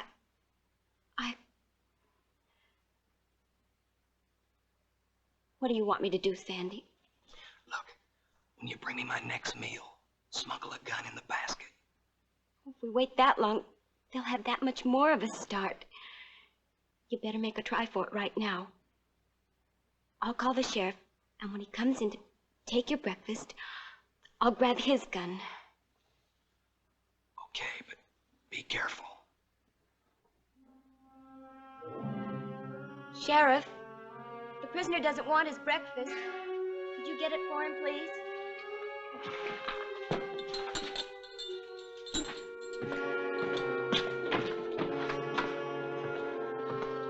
Hey, look.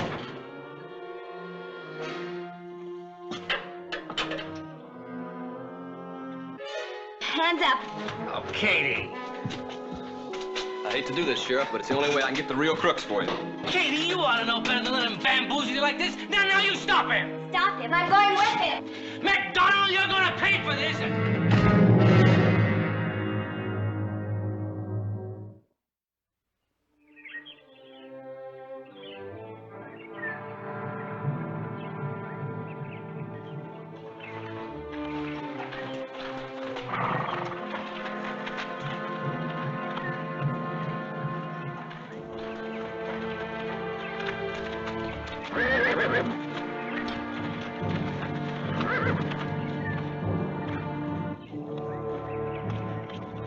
Hey, Lopez, the coffee is done. Get the cups.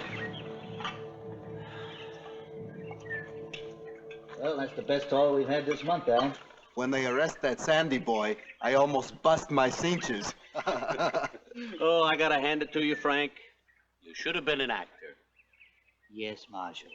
Thank you, Marshal. Maybe you could use me as a deputy marshal?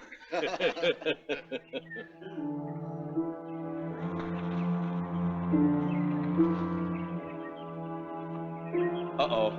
What do you see? Posse. Should have gagged that sheriff while I was about it. Sandy, we've got to get Musgrove before the posse gets you. I know it. Come on. Ho!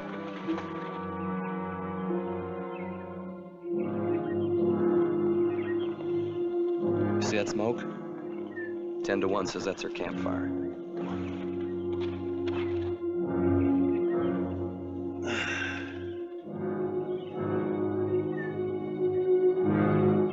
That's a posse back there.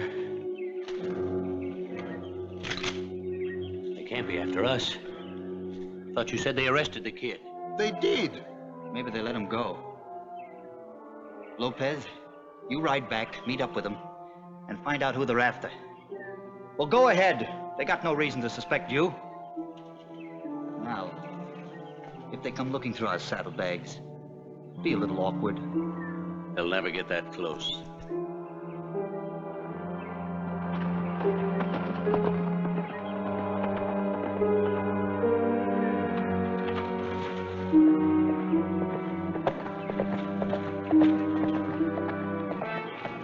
Oh, what are you doing out here? Trailing you and your pals. Find out if he's got the ring. What are you Get down. talking about? Get down.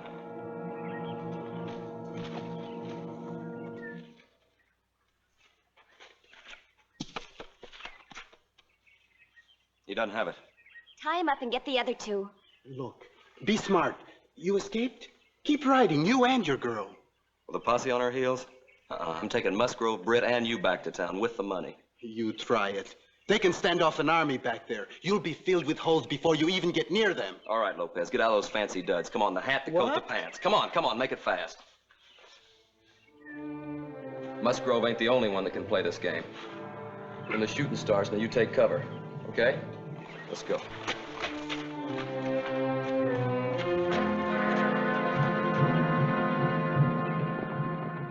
Lopez is back. Reach! That ain't Lopez!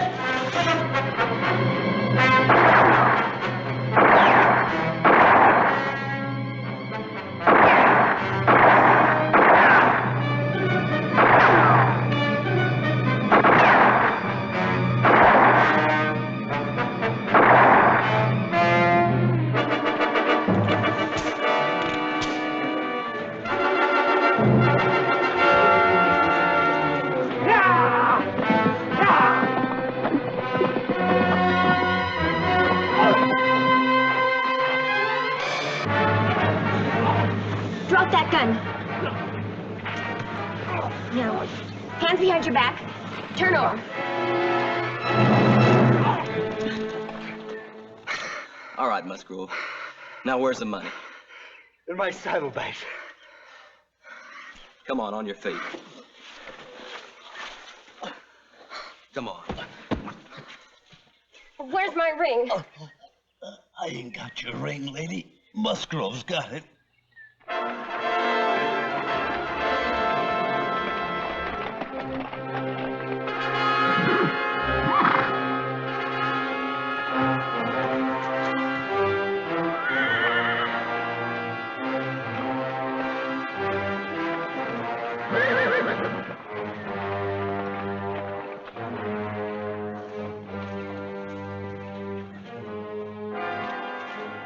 Well, there's two of the men that stole your money, Mr. Lamerson. Why, Frank Musgrove and Al Britt. Right. And Juan Lopez is tied up back by Indian Rock. He's the third one. Oh, son, I gotta hand it to you. But where is the money? In those saddlebags. I found my ring. Where is it? Where it belongs. Money's here, all right. I can't understand how they got into my hold-up proof safe.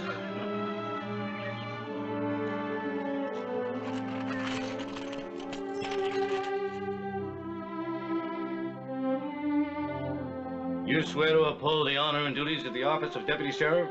I do. Well, I'm sure taking a lot of vows lately. Yeah. The next will be the mortgage on that dream house you've been talking about. I just hope we can get money enough to make the down payment. But we have, Sandy. I returned Marcia Bemis' stolen credentials and got the reward. That's my Katie.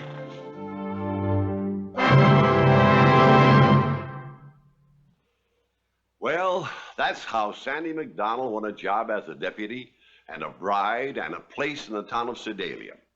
Long afterwards, when he became a peace officer in his own right, he used to say there was nothing like owning a foolproof safe, as long as there was no fool around.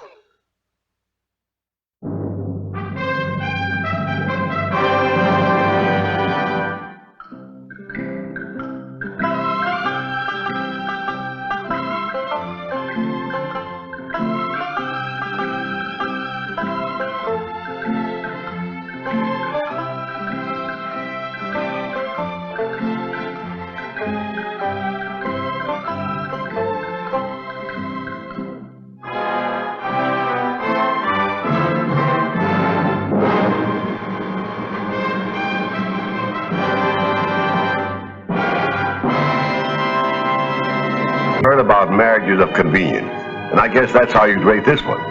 Except that it really wasn't a marriage at all. What I mean is, well, suppose I let you hear the story for yourself. It's called Husband Pro Tem. And it's laid back in the 1880s, where the first railroads were being built across the great American desert.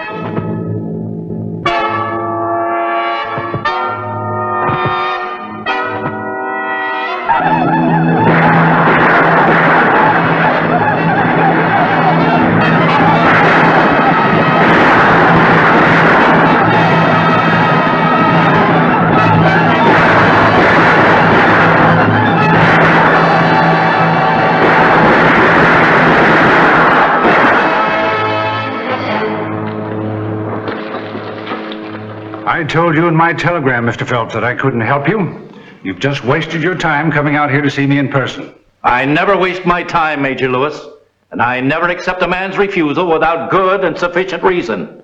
I gave you my reasons. Which I refuse to accept. This railroad is for the good of the whole country. And it seems to me that the government should be very happy to cooperate in its building. The government is, but unfortunately the Indians aren't. I haven't enough troops in this garrison to patrol your right-of-way and protect your construction work. If you'd run the line south of here like I suggested, Mr. Phelps, you wouldn't have any trouble with the Indians. No, but I'd add 200 miles of the cost. I'm not giving up on this problem yet. There's a way to solve it somehow. There might be at that. Make your own treaty with Black Hawk, their chief. Treaty? Yes. If you could convince him that all you wanted to do was to cross their territory, well, he might, An excellent suggestion, Major. I told you there was a solution. Get Black Hawk here at once. Tell him I want to talk with him. It isn't that easy. Black Hawk and I are not exactly on speaking terms. In fact, we've been playing hide and seek for several months. There's only one man I know who could bring you and Black Hawk together. Andy Prentice? Who's he? He's a mining engineer. Has some claims scattered around the country. Seems to be on pretty good terms with the Indians. Let him come and go as he pleases. Where can I find him? Well, if Andy's in town, you can usually find him in the back room of Townsend's tonsorial parlor. Oh, I washed my socks in the pictures and rinsed them in the Cimarron. You know, Dobie, there's nothing like a hot bath to make a man feel like he hasn't got a care in the world. Yeah, but I wish Townsend would change this water off now. I bet this is the same stuff we used 2 weeks ago. Well, it might help some if you'd quit washing your socks in it. Man or woman? Man. Come on in. Prentice, I want you to meet Mr. Phelps. Howdy. Come for a bath? Dobie and I'll be through here pronto.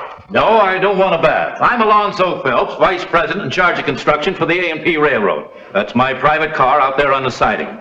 Yeah, you sound like a pretty big man. I am, and I'm also a man of action. I don't believe in sitting behind a desk and pushing buttons when there's a job to be done. Get out and do it. That's my motto. Well, I never had a chance to sit behind a desk and punch buttons, but I imagine I'd be... I don't believe in beating around the bush either. That's another motto of mine. Come to the point. And the point is, I want you to arrange a conference with Black Hawk for me. With Black Hawk? About his unreasonable objections to railroad construction. Unreasonable? The Indians have owned that land for hundreds of years. Generally speaking, all the white man has brought them is trouble. He's killed their game, settled on their land, and broken their laws. All in all, he's been pretty obnoxious. So now you come along and start tearing things up. Now, how would you feel? I feel if I explained to him that all I want to do is cross his territory, he'd stop his confounded interference. Is that all you want? Certainly. Well, it's worth a try. Just so happens I'm heading in that direction tomorrow to look at some claims. I'll take you along. Good. Ridiculous. I mean, well, going out there would be too dangerous, Mr. Phelps. Indians can be treacherous. So can a white man. But you'll be all right with me if you do as I say. When do we start? Dawn tomorrow morning. Meet me at the livery stable. I'll be there. Oh, there'll be a $1,000 charge for this little service. $1,000? That's a pretty big fee. Well, you're a pretty big man.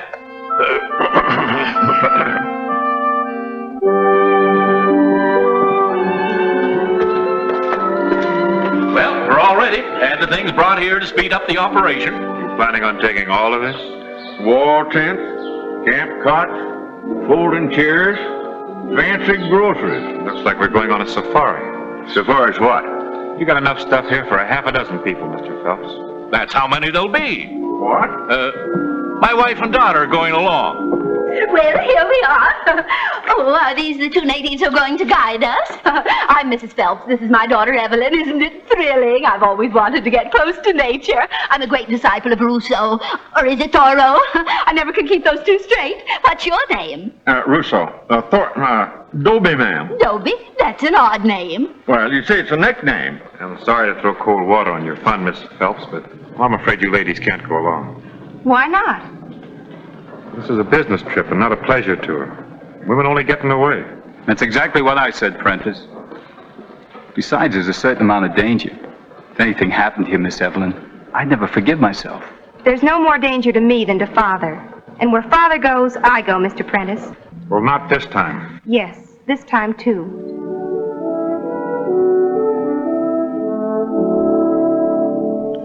And so the party headed out into the desert, with Andy leading the way and Dobie bringing up the rear, and Otis riding careful herd on Evelyn.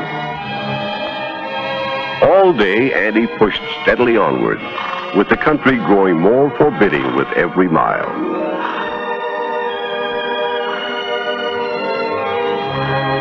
On the afternoon of the second day, Andy called a halt. End of the line, we'll camp here. Where are the Indians? They're all around you.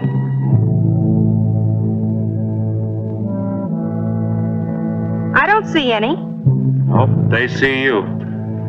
They've been following us and watching us since early this morning. Gracious.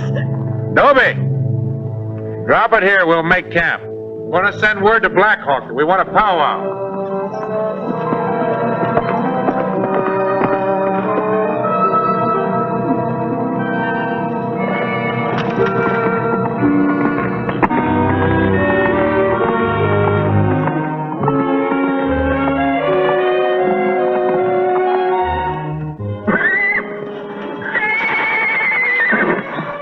Where are you going? With you. I want to see how you send messages to Indians. I appreciate your curiosity. This is no time to satisfy it. Now you go back with the others. Don't order me around, Mr. Prentice. I go where I please. Yes, ma'am.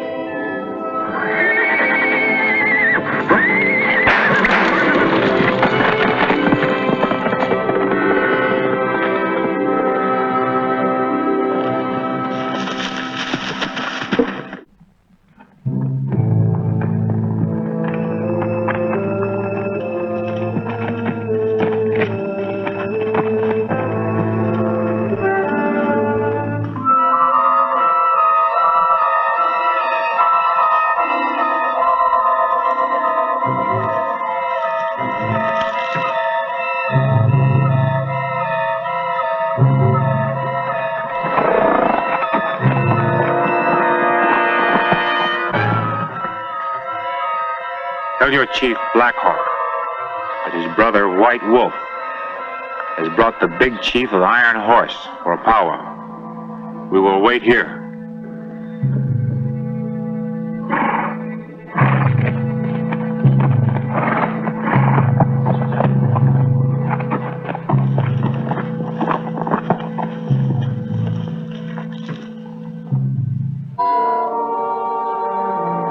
You think you can put it over for Mr. Phelps?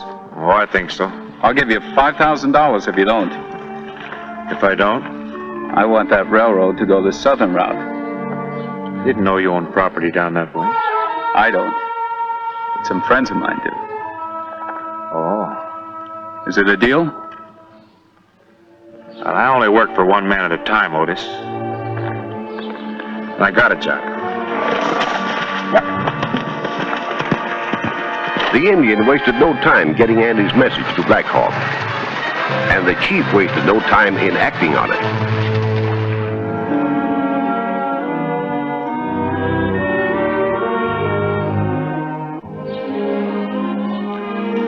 Now what? We're going for a ride. No, you're not. I told everybody to stay close to camp, and I meant it. If you expect us to sit around twiddling our thumbs while we wait for your red friend to show up. That's exactly what I expect.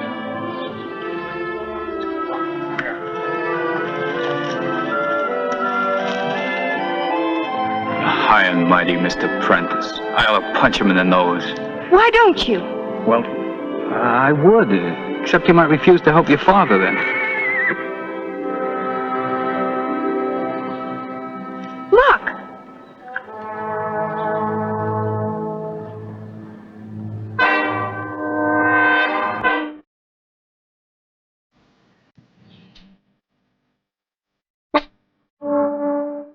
They're all around us.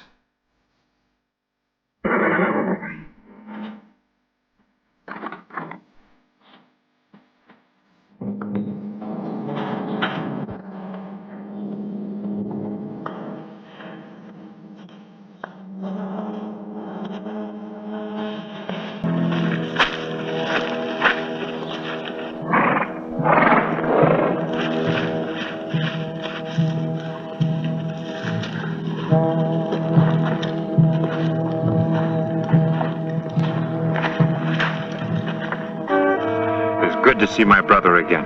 Yes, it is good. I feel just like Christopher Columbus. How?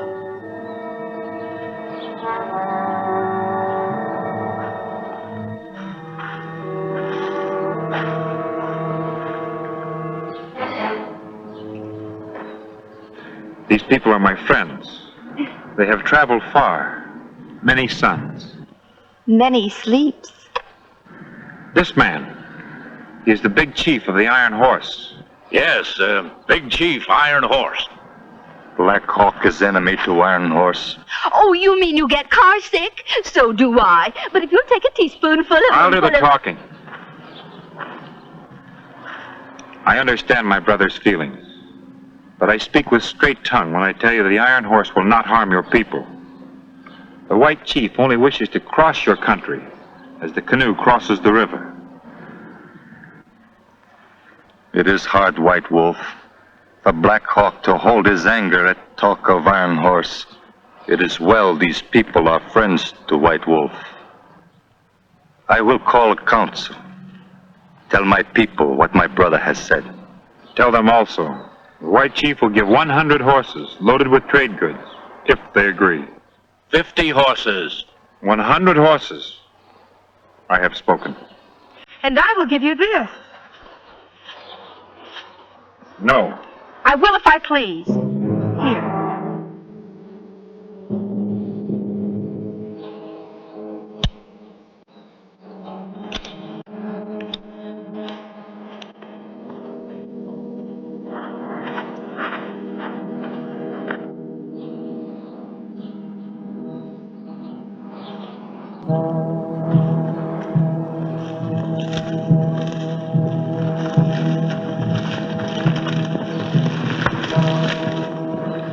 You shouldn't have done that. I'm getting a little tired of you telling me what I should and shouldn't do, Mr. Prentice. But you don't understand. When a squaw gives an Indian brave a gift... For your information, I do not happen to be a squaw.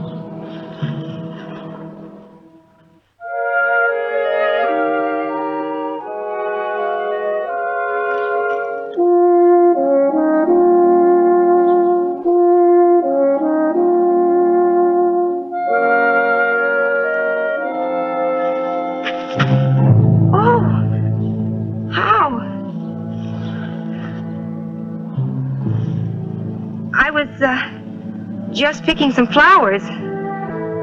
Aren't they pretty?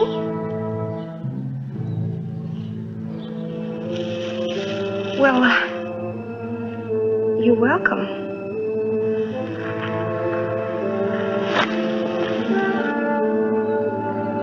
Oh, no, thank you. I'm not cold. Well, I guess I better be going now. It's getting awfully late.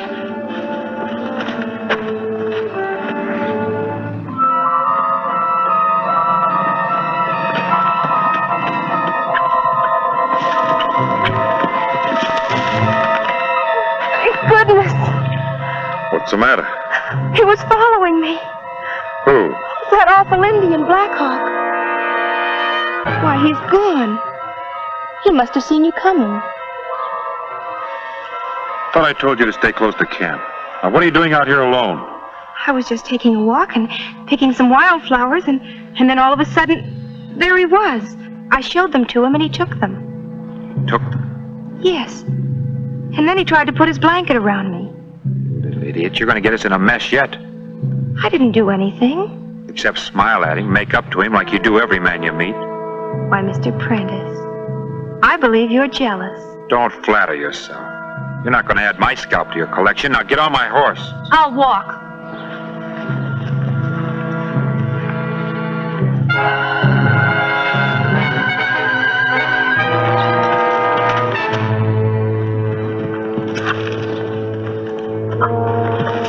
Stop it! Let me down this instant! Let me down! Don't you dare!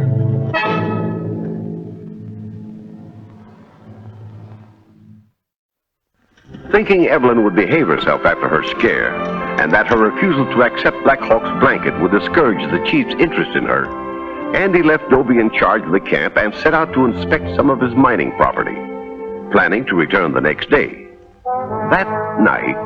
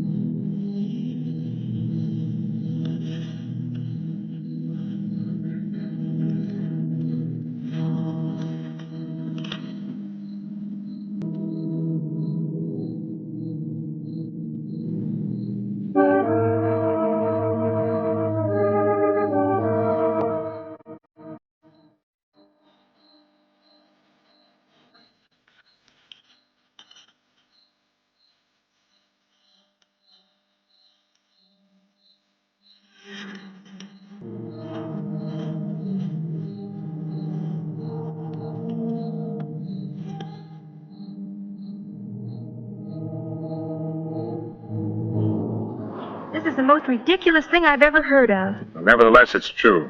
Blackhawk wants you for his squaw. These ponies are the price he offered. When your father brought them in, he accepted it. Dobie, you should have stopped Mr. Phelps. But he done it before I knowed it, Andy. I thought the Indian was just trying to be friendly. Of all the effrontery, that heathen savage expecting you to live in a wagwim or a PT or whatever you call it. If this is your idea of a joke, Prentice, it's a pretty bad one. I was never more serious in my life. So is Blackhawk. He wants Miss Evelyn and he means business. It's preposterous. Not according to Indian custom. He took a shine to Miss Evelyn. She gave every indication that she liked him. Now you've given your consent. It's as simple as that. I know. We'll put the ponies back where Father found them. It's too late. He's been watching, you can be sure of it. Then we'll gather up our things and flee from here with the speed of the wind. We could never outrun him, but only make matters worse. He wants your daughter. Stop saying that.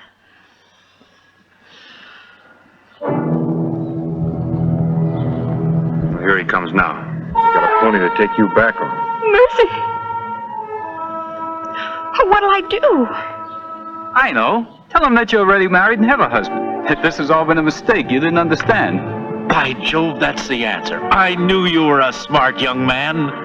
Mr. Otis, you've cut the Gordian knot. Do you think he'll believe it? I'll give you my wedding ring to wear as proof. And I will be very happy to serve as your husband pro tem, with the hope that when this is all over, I can make the temporary part of it permanent. May I? Yes.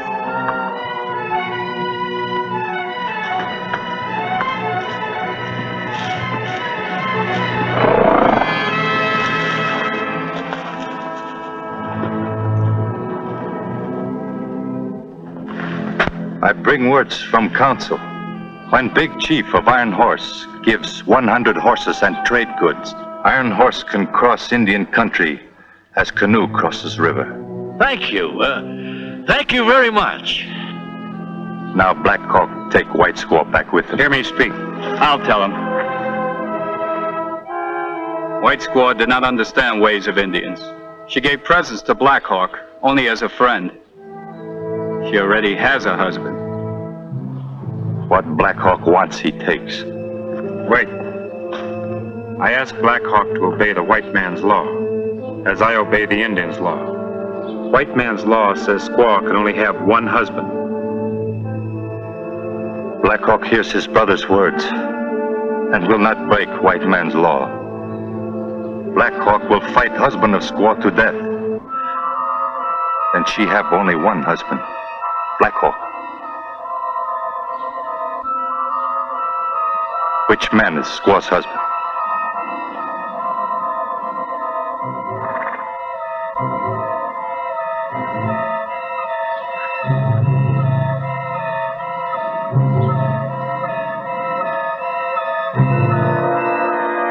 I am.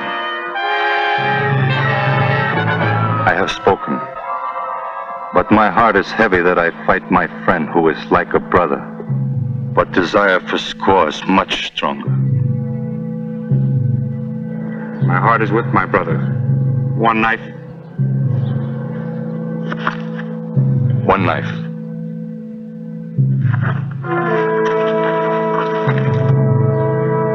No, Andy, no, I won't let you. Tell him the truth. Be quiet. This is your only way out. You coward.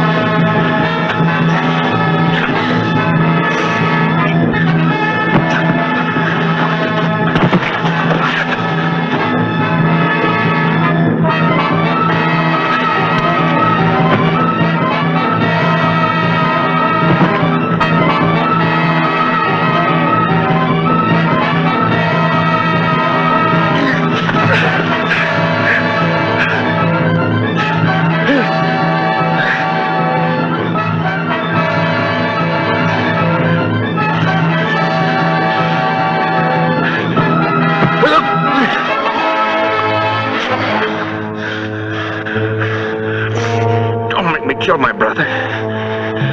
It is no dishonor to lose the White Wolf. His courage and strength has been proven many times.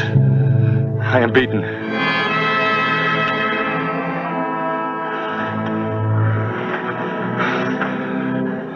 I have given my word about Iron Horse, and will keep it.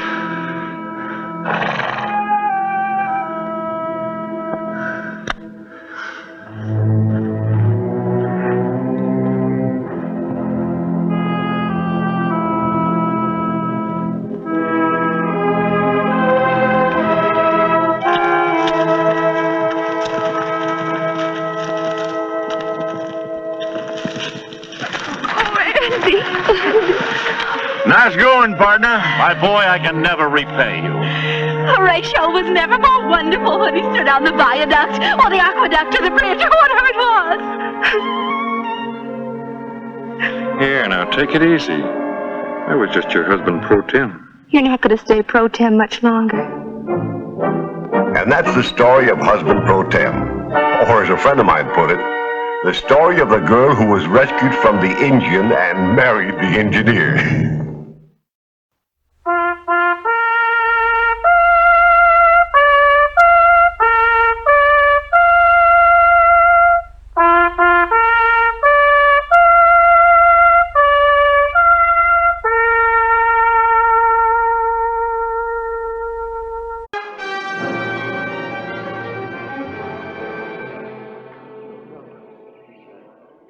Okay, you all pay attention a second. Now, you all know what's been happening to our canal. Now, you've seen it happen before, and most of you have been down to see what shape it is in now. It sure is a mess. It's silting up all right, just like it did last year. It sure is. Something ought to be done about it before it stops running altogether. Yeah, we ought to clean it up, but, well, I gotta get back to livery. Me too. Joe Summers bringing his mare in for a show, and I've got to get over there. Well, now, wait a minute. Hold everything. Where do you think you're going? Now, just a minute. Who's going to get this job done? Well, look, Patasequi is the only water supply this town has. You know we got to keep it running. But you're all too busy this time, is that it? Well, sure, more ranchers moving in around here all the time. They come into town, we gotta be here. We got businesses to tend to. Oh, what about the town? How are we going to stay alive without water? Now, look, we're going to be big. This is going to be a city. The biggest in 1,000 miles. I know it. But we've got to work at it. Oh, come on, Dow. Now, we've heard all your big ideas before. What city? Well, we got a one-street town, a saloon, and a couple of adobe shacks. Instead of a newspaper, we got a tree. Instead of a fire department, we got a water bucket. And that's full of holes. We don't even have a mayor. Well, that's it, Hubbard. Let's have us a mayor. Yeah. And then he can organize the whole thing. How about Ben? Ben for mayor. What do you say? Now, wait a minute. Okay, Ben, you're it. And the problem's yours. Now, I gotta get back to my livery stable. Yeah,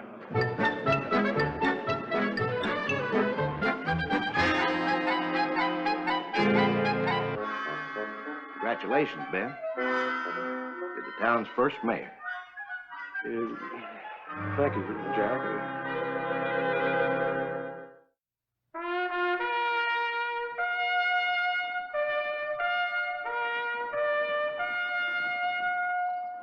Death Valley Days. Howdy, folks. I'm the old ranger. Hundreds of small towns were started in those early days of the West. Some sprang up near a mining strike, some began as stagecoach stops, and some built up around Crossroads Saloon. Now, many of these towns lost their reason for existence and are just memories now. Those lucky enough to have among their citizens a man like Ben Dow, a man of vision and determination, usually grew up and prospered. But it wasn't easy, even for someone like Ben, as he learned on the streets of El Paso.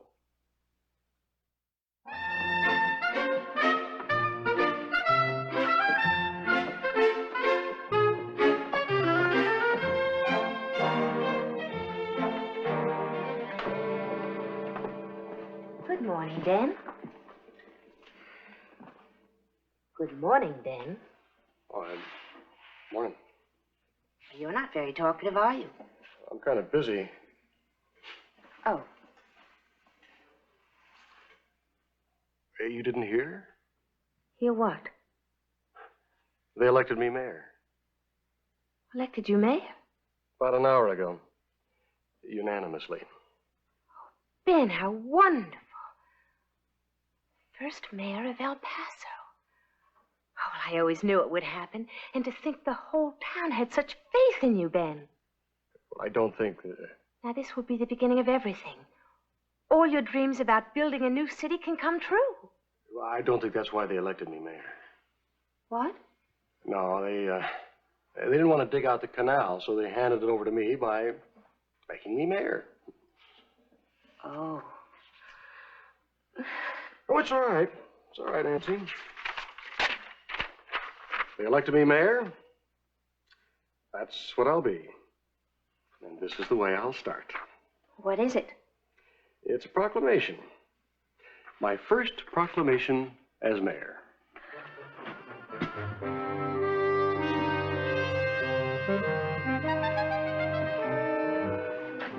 Ben, I don't think the people are going to like this. They're going to have to like it.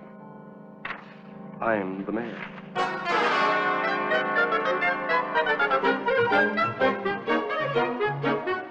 Well, it ain't gonna like that.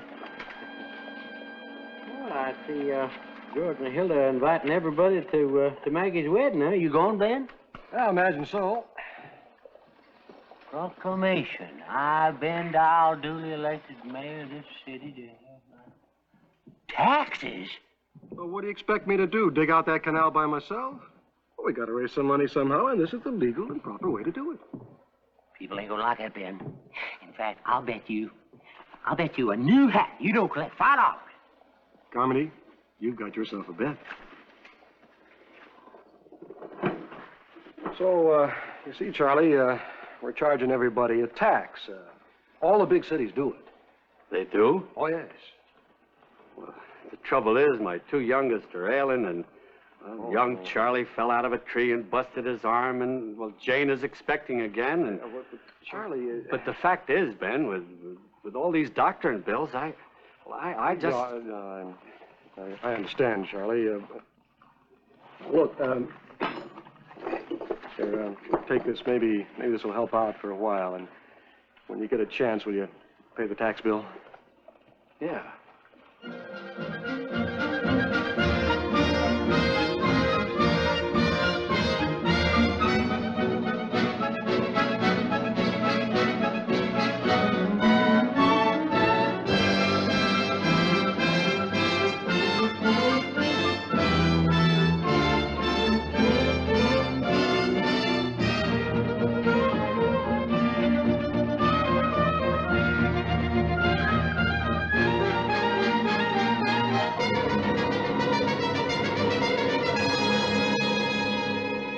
Well, I'll tell you what, Ben. When they pay, I'll pay. Doggone it, Marie, that's what everybody says. Now, how are we going to get along without water? Oh, well, I don't have to worry about that. Would you like a drink? No. No, thanks, Marie. How's the mayor in business, Dow? I haven't been outside this afternoon to look. Are we a big city yet? Well, you will be. With no thanks to some cheap chiselers around here that I know. Well, we're all counting on you, Ben. Don't let us down. Yeah, it's not top quality. Of course, I expected that. It fits, more or less. I suppose that's all I could hope for from you. Harmony, you wouldn't know quality if it came up and kicked you. Hey, Ben. Ben, I was so sorry to hear about it. You didn't collect a cent, did you? Nope. That's a downright shame the way they treated you, Ben. If I had any property, I'd pay my taxes. If I had any money. Poor Ben. Well, this will make you feel better. Mince pie. What are you two talking about? You know, I feel fine. Look what this idiot's gone and done now.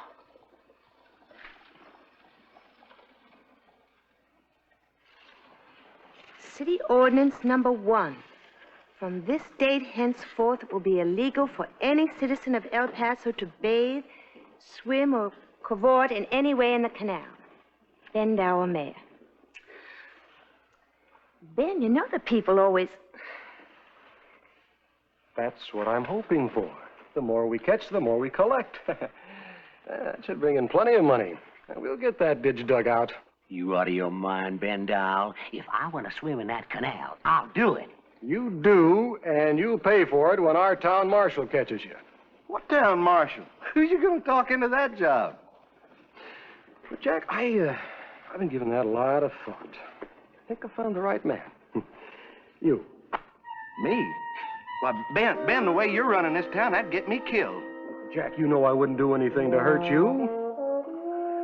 Besides, what's more important? You or El Paso? And listen to this one. It shall be illegal for any man, woman, or child to speak loudly or unkindly toward his or her neighbors. Oh, that's nothing. This is my favorite. It shall be illegal for any male or female citizen of El Paso to steal any of his or her neighbor's property without the consent of his or her neighbor. You can go ahead and laugh, but you're going to find out there are a lot of people willing to pay their fine and own up to it once they've broken the law. That's right, Mayor. I just collected some fines. You did? Hand them over. That's an historic occasion, boys. The beginning of the city treasury.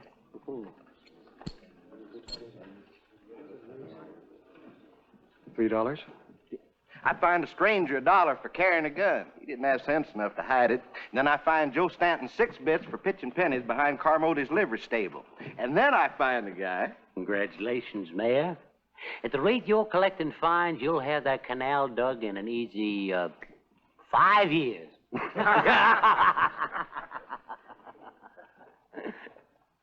Don't you let them bother you, Ben.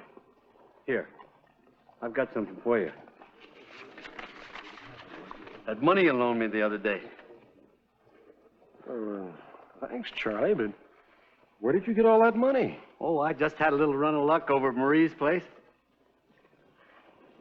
Poker? Yeah. Come on, Marshal. Let's go catch him in the act, huh?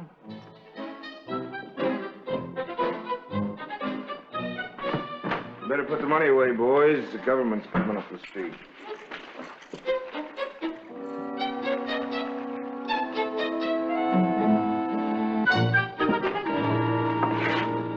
Marshal, arrest these men.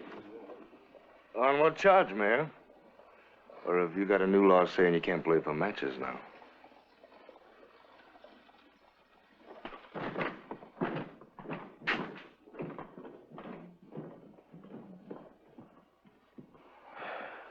Come on, Jack. I'll buy you a drink. I think I could use one. Boys, he's got to be the most discouraged man in West Texas. I bet Dow'll do anything to raise that money.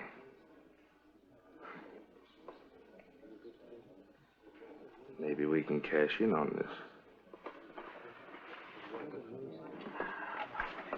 How things going, Ben? Not too good. You think you're ever going to get that canal cleaned out? I don't know, Marie. I'm beginning to wonder.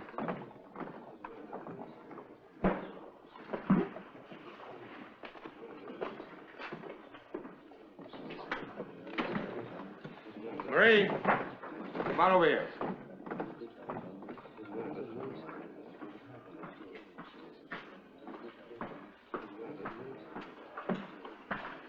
We got an idea to make some money. Well, I'm all for that. But we gotta act fast before Dowell becomes too discouraged and gives up being mayor. Wait a minute. Why are you inviting me in? Well, you're making our investment in this place pay off, so we figured we owe you a favor. Besides, Ben won't have anything to do with any of us. But you can make a deal with him. What kind of deal? Just about the slickest idea you ever heard. Now, what we're gonna do is...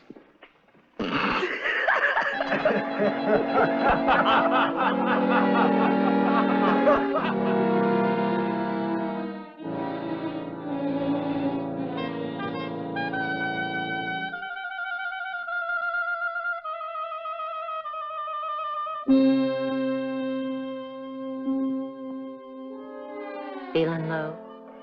Oh. Howdy, Marie. Yeah. It gets pretty discouraging to have one simple dream and then find out it's hopeless. Oh, would you like some coffee? Oh, no. Maybe it's not hopeless, Ben. Well, I know this can be a great city, but nobody's even willing to try. How are we going to even get railroads to come through here or anything else if we can't even supply our own water? How much do you need, Ben? $200. I know it doesn't sound like much, but nobody in this town has any cash. I have. I'll give the town $200. Well, I think the town ought to grow, too. Marie, that's... It's strictly a business deal, Ben. I want something in exchange. In exchange? The town doesn't own anything. I mean, no city hall, no schools, no jail. The only thing El Paso's got is a street it's built on. That'll do. What'll do? The street, I'll take that. Marie, have you been drinking your own liquor? No, wait a minute. Isn't there some other way? You said it yourself, Ben. El Paso hasn't got anything else. How can I... I don't know. You're the mayor, Ben. I mean, I thought you wanted to do something. Unless all that talk about El Paso being such a great city was just talk. Well, what could you possibly do with it? Oh, yes. Well, in other words, when all those highfalutin ladies come riding into town with their noses up in the air, why, you could say they're riding on your street, I can see how that could give you a great deal of satisfaction. I sure don't see any harm in it. And I could get things started. Marie, you got yourself a deal. Come on, we'll draw up a deal. All right, I'm coming. Give him a chance to wake up, will you? Say.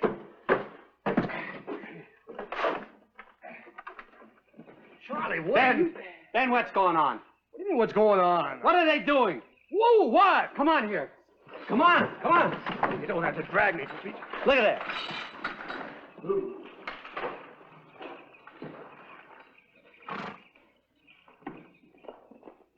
They're charging everybody to come into town. They call it a toll. A toll? Yes.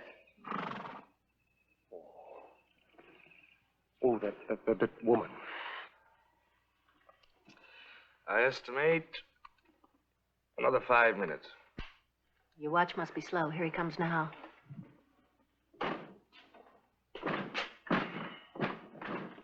Now, listen here, Marie. You can't do this. Oh, yes, she can, Mayor. Albert, would you mind going someplace else? I have some business to talk over with Marie. Well, I assume you want to talk about the town streets, which we own. You? Marie and me. And a couple of others formed a little real estate syndicate. Now, Ben, I told you it was strictly a business deal. Now, what was it you wanted to talk about, Mayor? You know darn well you can't charge admission for people to come into this town. According to this deed that you wrote, it says we can do anything we want with those streets. Ben, I want you to know, I was not in favor of charging that toll, but the rest of the syndicate voted me down. Personally, I wanted to plow up the street and plant a little garden out there.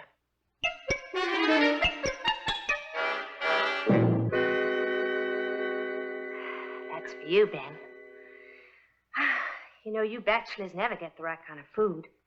Eating all that chili and tamales. What?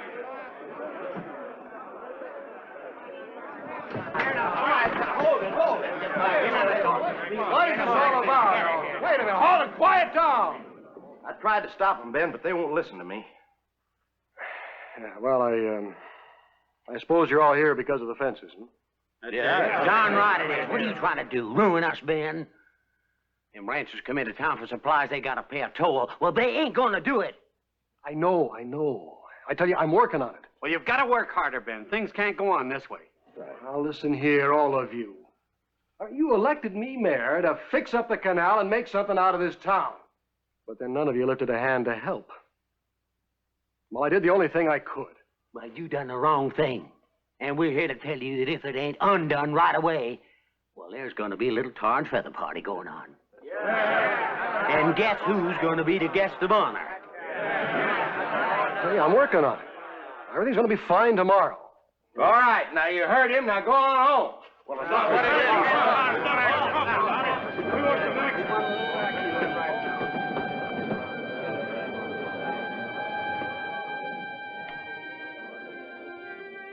Man, have you really got something figured out?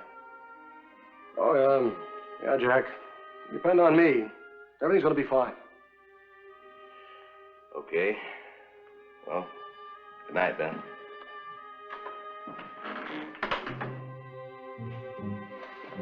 I told you not to worry, Ben.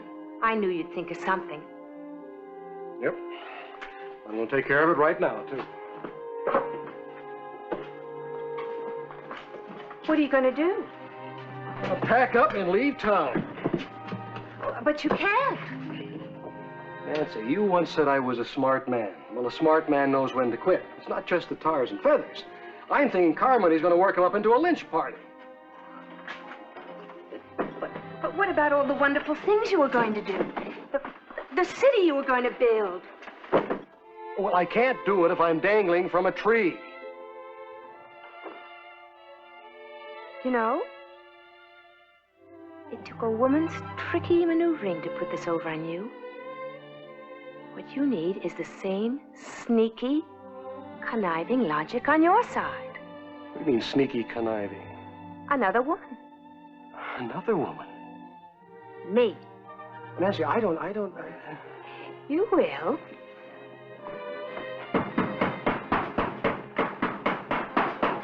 All right, wait a minute.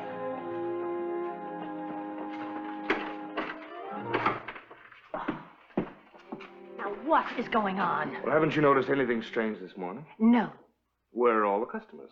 it is early. It's not that early. Where is everybody? Here, I'll show you.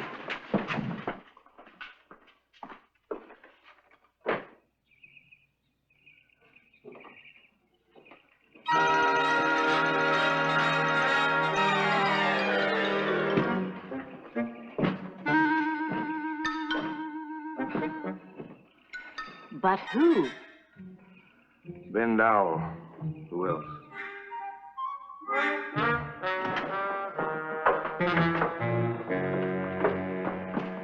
Morning, Miss Whitaker. Morning. Mayor. Good morning. It's a nice day, isn't it? Look, Ben, a joke's a joke, but that fence has got to come down. Oh, is that so? Yeah, I know a little bit about the law, too. That's restraint of trade, keeping people from coming into our place. What? Isn't that what you're doing to the whole town? That's different. You can't fence off the sidewalks. Well, anyway, it's none of my doing. If the mayor could sell you the streets, he could sell me the sidewalks. Would you like to see the deed? Of all the lowdown. All right. Ben, you win. Just give us back our $200 and we'll tear down the fences blocking the street. Your 200? Funny, I don't recall anything in that deed that you have about giving money back. If I don't get it back, them fences will stay put till water runs uphill. All the fences. They can't do this to us. They've done it. Come on.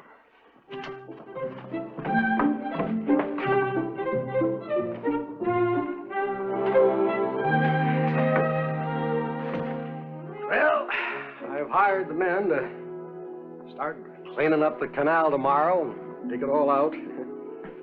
After that, we'll, Nancy? What, Ben? Well, you know, if it weren't for you, I was about to give up on all of this, and Yes? well, what I mean, if it weren't, Are you trying to say thank you, Ben? yeah. Ben, there's a much better way.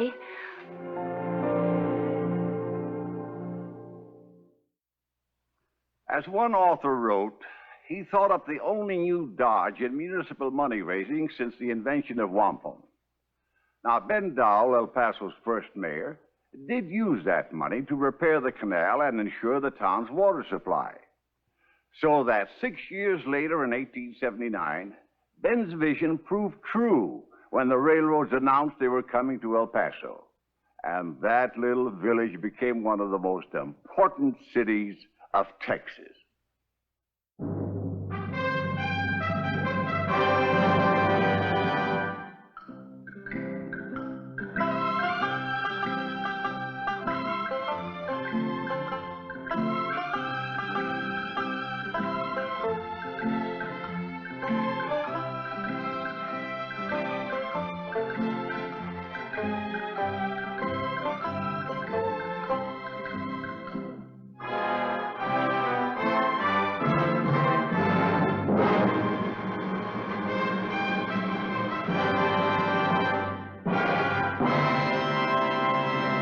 আমাদের second challenge কি হতে যাচ্ছে?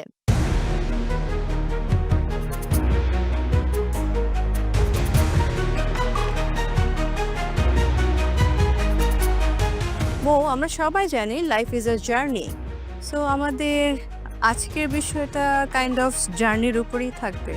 Great, তাহলে আমাদের destination কোথায়?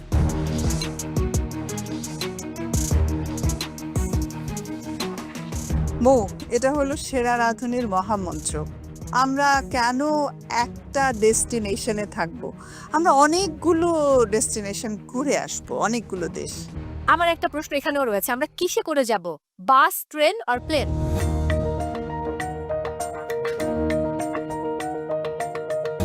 প্লেনে নামো, আমরা প্লেটে করে যাব। ওকে। এটা একটা culinary destination চ্যালেঞ্জ হবে, অল অ্যারাউন্ড দ্য ওয়ার্ল্ড। পুরো বিশ্ব ভ্রমণ করব এন্ড সব দেশের কুইজিন নিয়ে আজকে কাজ করব। পার্টিসিপেন্টস, তাই আজকে এবং আগামীর আমাদের থিম থাকছে স্বাদের বিশ্ব ভ্রমণ।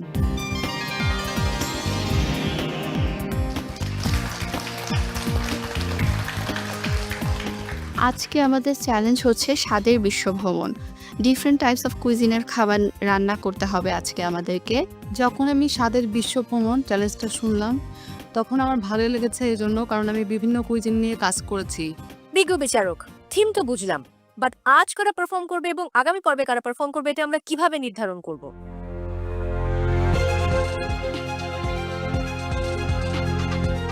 আজ আসলে 20 জনই পারফর্ম করবে। হ্যাঁ,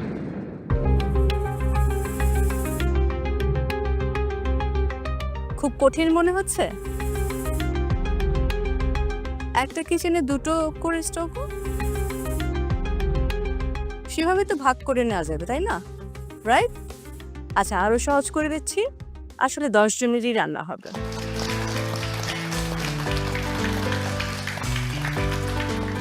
প্রথম চ্যালেঞ্জে যারা রান্না করেছিলেন সেই প্রথম 10 জন আজকে রান্না করবেন এবং দ্বিতীয় দিনের 10 জন যার যার আসনে বসে যাবে।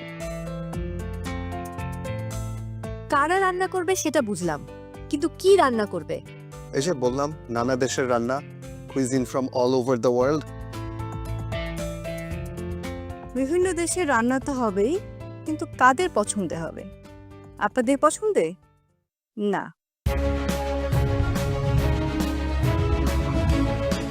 একটা ম্যাজিক ফিশ বোল তো আমাদের আছে। ফিশ বোলটা কি রাখা আছে তোমার? একদম, সেখানে দেখো।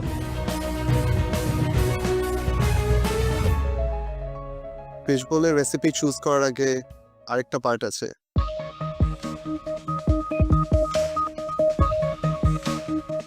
আমাদের ব্ল্যাক স্কার্ফের চমকটা এখনো বাকি আছে। রাইট। কুমু, আপনি আমাদের লাস্ট চ্যালেঞ্জের ব্ল্যাক স্কার্ফ উইনার, সো আপনার জন্য একটা স্পেশাল পাওয়ার থাকবে, বাট আমি আপনাকে 3টা অপশন দিব। থিঙ্ক ওয়াইজলি কোনটা আপনাকে ম্যাক্সিমাম বেনিফিট করতে পারে। ফার্স্ট অপশন, আজকে চ্যালেঞ্জে আপনি যদি না রান্না করতে চান, আপনি অন্য টিমে যে কোনো কারোর সাথে প্লেস সুইচ করতে পারবেন। নাম্বার 2, আপনার সাথে আজকে যারা রান্না করছে তাদের রেসিপির সাথে আপনি সোয়াপ করতে পারবেন, সেটা রেসিপি দেখার পরে। অ্যান্ড থার্ড অপশন হবে হলো গিয়ে আপনি যতবার আজকে আমাদের রাঁধুনি গ্রোসারি স্টোরে যেতে যাচ্ছেন আপনি ততবার যেতে পারবেন। These are the 3 options you have. খুশি? That is the power of black scarf. প্রত্যেক প্রতিযোগীর জন্য মেন্টরস টাইম থাকছে 5 মিনিট করে। আজকে আমাদের ফিশ ফিউশন এই সেগমেন্টের জন্য রাঁধুনি গ্রোসারিতে যাওয়ার সময় থাকছে 15 মিনিটস, আর কুকিং টাইম থাকছে 1 আওয়ার। আর পূর্ণিমাপু, মেন্টরদের সময়টা তো দেওয়া হবে নিশ্চয়ই? অবশ্যই থাকছে। প্রত্যেক প্রতিযোগীর জন্য মেন্টরস টাইম থাকছে 5 মিনিট করে, যাতে আপনাদের কুজিন এবং সেই সাথে রেসিপিগুলো ভালো করে যাতে বুঝিয়ে দিতে পারে।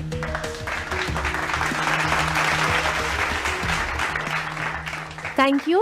আমি আমার টিম বিজ্ঞ বিচারক অনুরোধ করব তাদের আসনে বসার জন্য। অনেক ধন্যবাদ।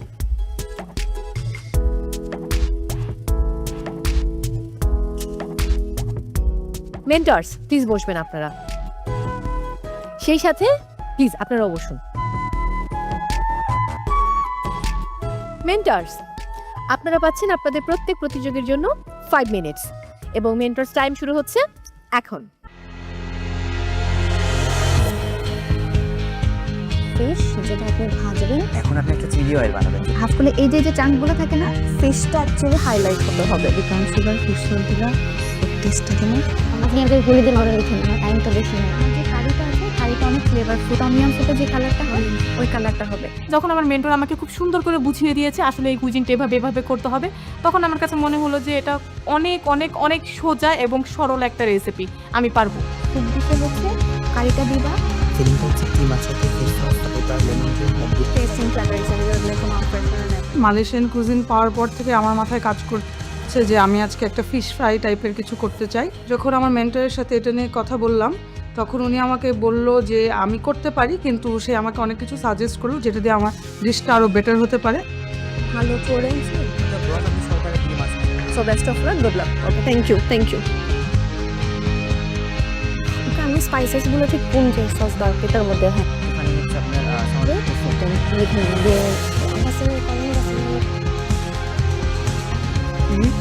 বলে যাবো আপনি আপনার এটা আপনার টাইমটাকেও তো আপনাকে কাপড় করতে হবে। ফেরদৌস আরা, আপনার সময় শেষ।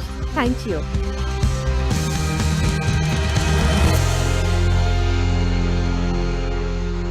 পার্টিসিপেন্টস, এবারে রাঁধুনি স্টোরে যাবার পালা। আর আপনারা সবাই জানেন রাঁধুনি স্টোরের জন্য আপনাদের সময় হচ্ছে 15 মিনিটস। সো আপনাদের সময় শুরু হচ্ছে এখন।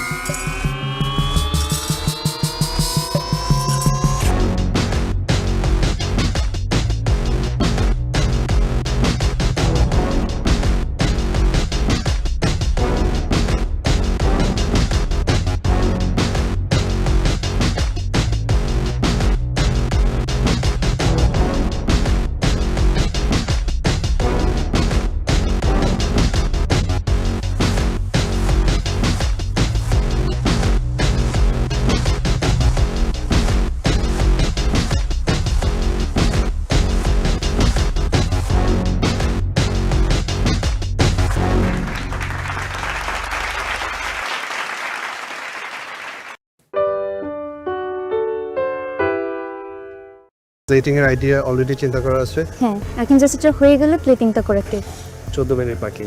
কস্টিং শুরু করে দাও। কস্টিং হয়নি, প্লেটিংটা পরে কস্টিংটা শেষ করে ফেলব। আমি জাস্ট এখন ক্লিন করছি তো যতটুকু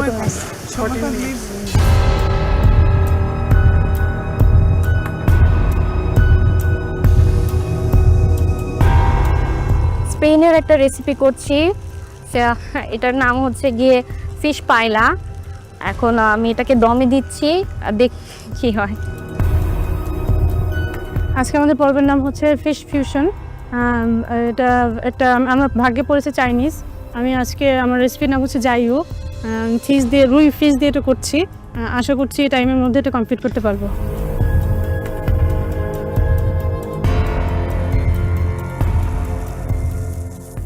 আজকে আমি করছি মেক্সিকোর একটা ডিশ, পেসকাডো আলা ওয়ারকুজানা। আজকে আমি ফার্স্ট টাইম মেক্সিকান কোনো ডিশ করছি, তারপর ফিশ দিয়ে ফিউশন। আজকে আমার রেসিপি ছিল ফ্রেঞ্চ কুইজিন। তো দেশি মাসে ফ্রেঞ্চ কুইজিনের কোনো একটা ডিশ আমাকে করতে হচ্ছে। আমি আমার মেন ডিশ হিসেবে রাখছি হচ্ছে ফ্রেঞ্চ বিস্ক স্যুপ, সেটা হচ্ছে বল দিয়ে করতেছি আমি, বল পিস দিয়ে।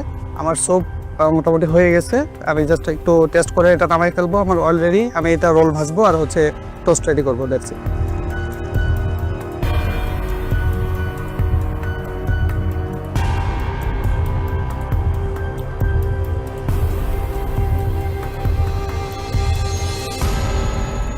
কি হচ্ছে জুয়ারিয়া? আমি ফিশ বেক করতে দিয়েছি ওভেনে, অ্যান্ড ফ্রাইড রাইস করছি সাইড ডিশ। আর আমার রেসিপির নাম হলো ওরাটা আল পার্টোসিও। 15 মিনিট বাকি আছে, হয়ে যাবে না? I hope so.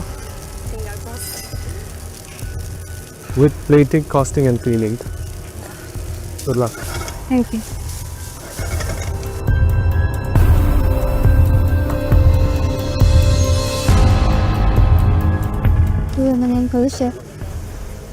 Thai cuisine. জি। দেখে বোঝা যাচ্ছে। We can smell the Thai flavors. আমার অলমোস্ট হয়ে গিয়েছে, স্টিমড ফিশ করছি আর সাথে হচ্ছে sticky rice. Very nice. Plating এর আইডিয়া অলরেডি চিন্তা করা আছে। হ্যাঁ, এখন জাস্ট এটা হয়ে গেলে প্লেটিংটা করে ফেলি। 14 মিনিট বাকি।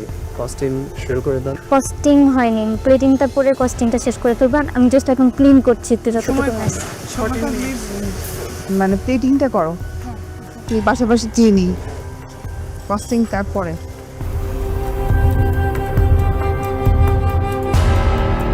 কি অবস্থা? জি আলহামদুলিল্লাহ ভালো। আজকে আমার মেক্সিকান ডিশ পেসকাডো আলা বিরে ক্রুজানা। কি ফিশ নিয়েছো? আজকে আমি বোয়াল। বোয়াল? জি।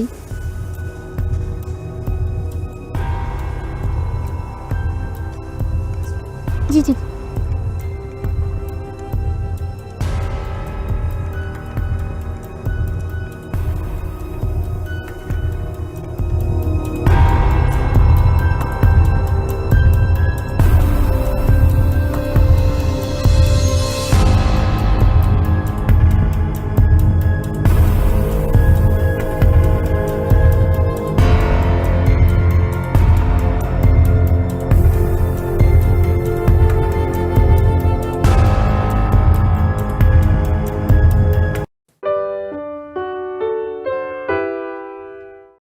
আজকে শুরুটা মিষ্টি মুখ দিয়ে হলো, মানে সুইট ডেজার্ট খেয়ে একদম পুরো ফিদা হয়ে গেলাম। ভয় পাচ্ছি আপনার জানকে যে চ্যালেঞ্জ করেছি। সো এবার আমি আমন্ত্রণ জানাচ্ছি ঢাকার প্রতিযোগী নাশিতা বাসারকে, আপনার খাবার নিয়ে চলে আসুন।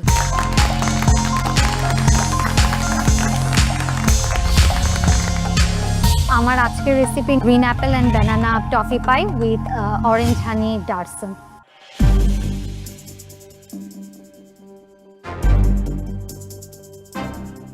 সেটা উপরে পাইপিংটা কি ফ্লেভারস দিয়ে করেছেন? যেহেতু আমার অরেঞ্জ ডার্সন ছিল, আমি একটু অরেঞ্জ এসেন্স দিয়েছি। ভিতরের ফিলিংটা কি অ্যাপেল?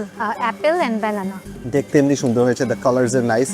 কাটার পরে ভিতরের লেয়ারিংটাও ওয়াজ ওকে। ফিলিংটা it's apple and banana. What I like is both apple and ব্যানানার ফ্লেভারটা বোঝা যায়। ইটস আপনি যেটা বলে সেল করছেন বা যেটা নাম দিচ্ছেন ওটার সাথে ম্যাচ করে জিনিসটা। সুইটনেস ইজ পারফেক্ট, টার্টটাও সুন্দরভাবে কুক হয়েছে, and overall I think it was a good try. Nashita আমার কাছে খুব ভালো লেগেছে, শেফ যা বলেছে সব কিছুই ঠিক আছে। এক কথা আমি বলবো বাও। আজকে শুরুটা মিষ্টি মুখ দিয়ে হলো, মানে সুইট ডেজার্ট খেয়ে একদম পুরো ফিদা হয়ে গেলাম। খুবই ভালো। প্লেটের কস্টিংটা আপনি দিয়েছেন, প্লেটে স্ট্রবেরিটা মেনশন করেননি। স্ট্রবেরি কস্টিংটা এখানে missing, other then that it's ওকে।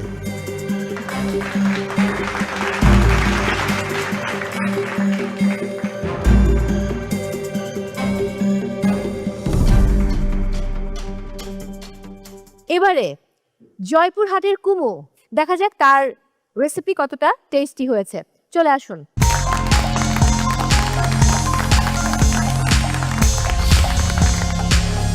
আমি আজকে বানিয়েছি honey ginger mince beef broccoli stir fry homemade mozzarella crispy nachos.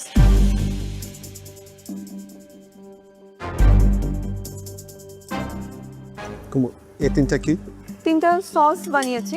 Green colour যেটা দেখা যাচ্ছে এটা হচ্ছে কোরিয়ান্ডার আর পিনাটস এর একটা সস। এটা হ্যাঁ, আর এটা আর ইয়েলো যেটা মাস্টার্ড ইয়েলো কালার, এটা অ্যাকচুয়ালি মাস্টার্ড মেও একটা সস। আর এইটা হচ্ছে হানি জিঞ্জার ট্যামারিন্ড একটা sauce. Plating looks really nice, অনেক সুন্দর হয়েছে। The nachos are crispy. I think it was very smart of you যে দুভাবে nachos করা। It is safe থাকা যে আমি ওভেনেও করছি আবার ডিপ ফ্রাইও করছি। আপনার রেসিপিতে ব্রকলি ছিল, বাট এটাকে মিন্স করে বিফের সাথে দিয়ে দিয়েছেন। I think that was very smart, excellent একটা আইডিয়া ছিল। এক্সেলেন্ট একটা, মানে আমি কি বলবো যে ফ্যাবুলাস একটা ফুড খেলাম, মুখের মধ্যে এখনো আমি রয়ে গেছে। Thank you. এত সুন্দর দুজন বিজ্ঞ বিচারকের কাছে কমপ্লিমেন্ট পেয়ে গেছেন অলরেডি, আমি আর কি বলবো। ভয় পাচ্ছি আপনার জানকে যে চ্যালেঞ্জ করেছি। গত পর্বের সিদ্ধান্তটা আসলে ঠিক ছিল। Thank you ma'am. এটাকে আপনি লাস্টে ডিভাইড বাই 2 কাটা করে দুটো পোরশন করেন। আরেকটা প্লেটিং এ, হ্যাঁ। Perfect, thank you. Thank you.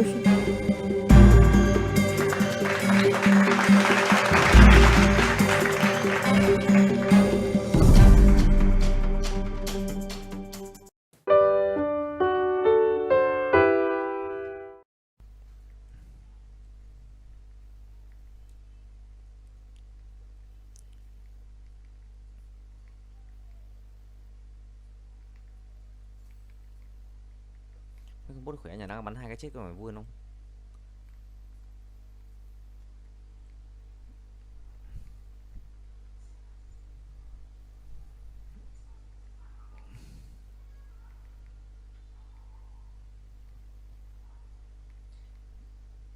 Mày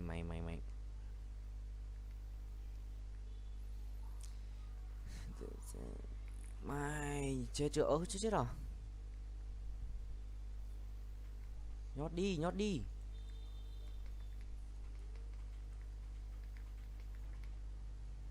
Kinh bút. Tí thay được nha. Là mãi lấy đấy dù em yêu một ai. Mang bánh bú làm méo. Bánh chua, bánh sinh nhật chứ còn gì nữa, méo bú lốt đi, đã chít rồi, chít lốt rồi.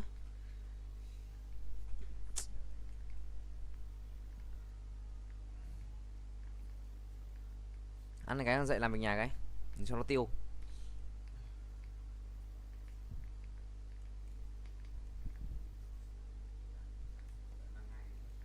Cứ đang anh sắp xong rồi, đang 2 cái nữa vừa tắm anh xong rồi, đứng dậy luôn.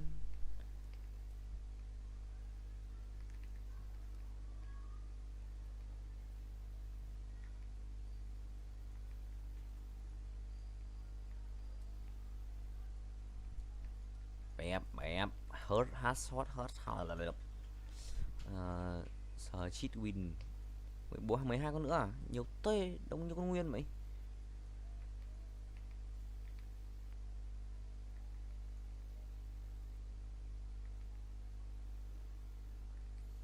Đúng cứ như con nguyên ấy.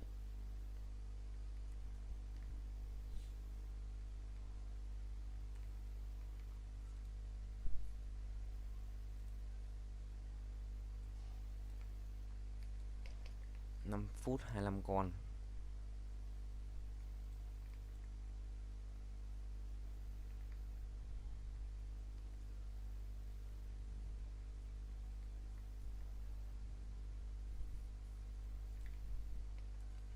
Nào xuống đây, nào xuống đây, xuống đây hết, xuống đây hết, xuống đây hết.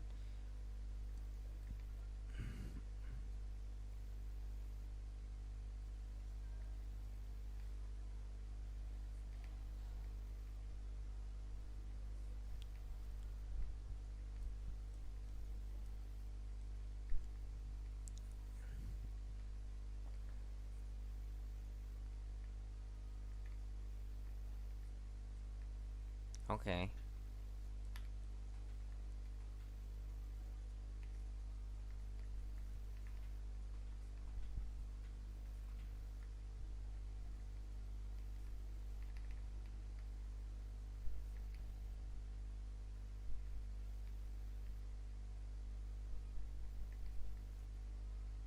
Ui ôi, ui ôi.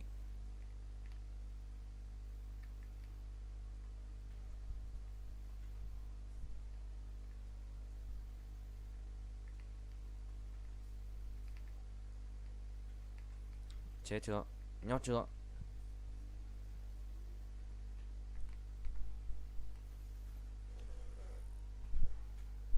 Một cái đắc tiêu clo à. Yêu một ai. Hai cái đắc to clo. Đắc tiêu clo à. 1 phút nữa.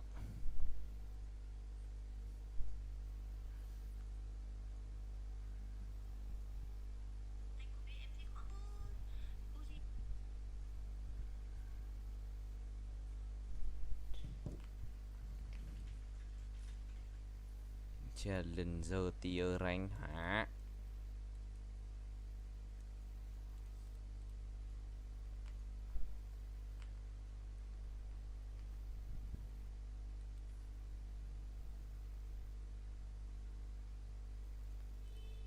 Có score.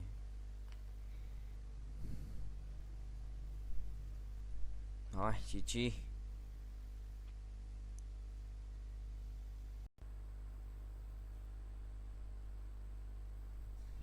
Bên trên lông cực tối chẳng nhìn cái gì.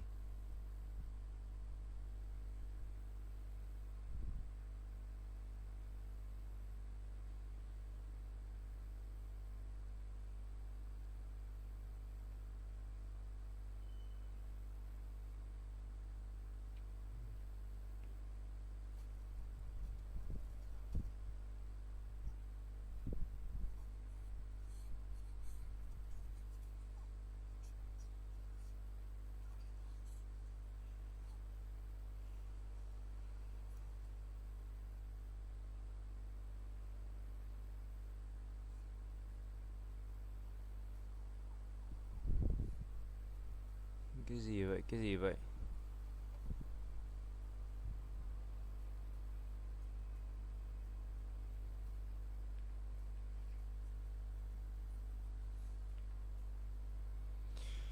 Holy shit, Bri.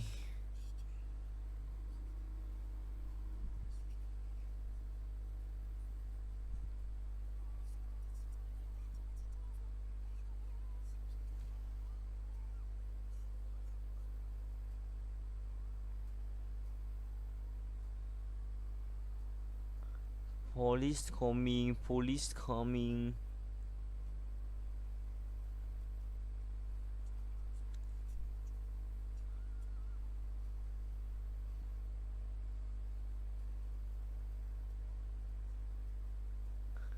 Bro, police coming.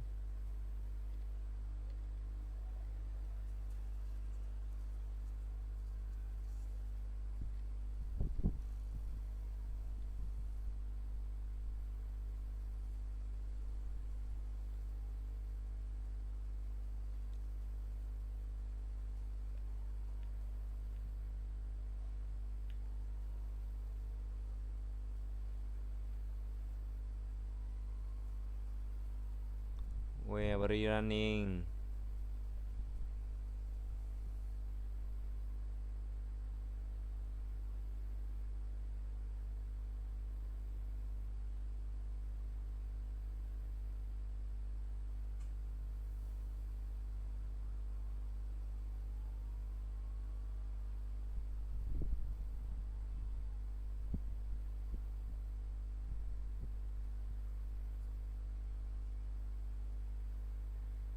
What? Bị mất luôn rồi.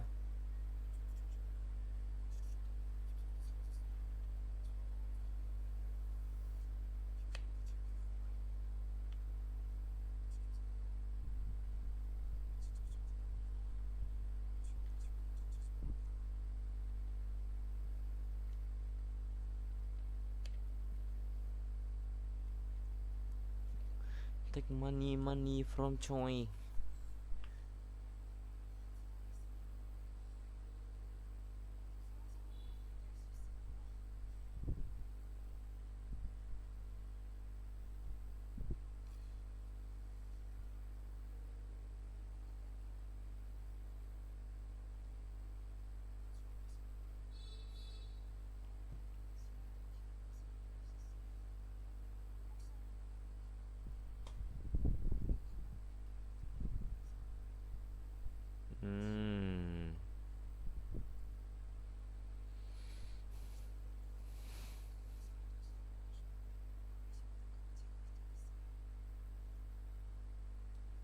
Và mình một chém lát. Chém này đi. Chém cái tôi đùng này đi.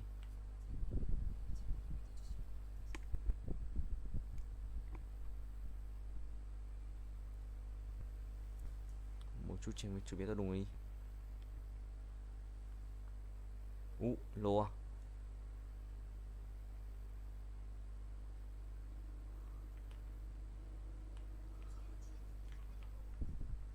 Ít xì đau quá.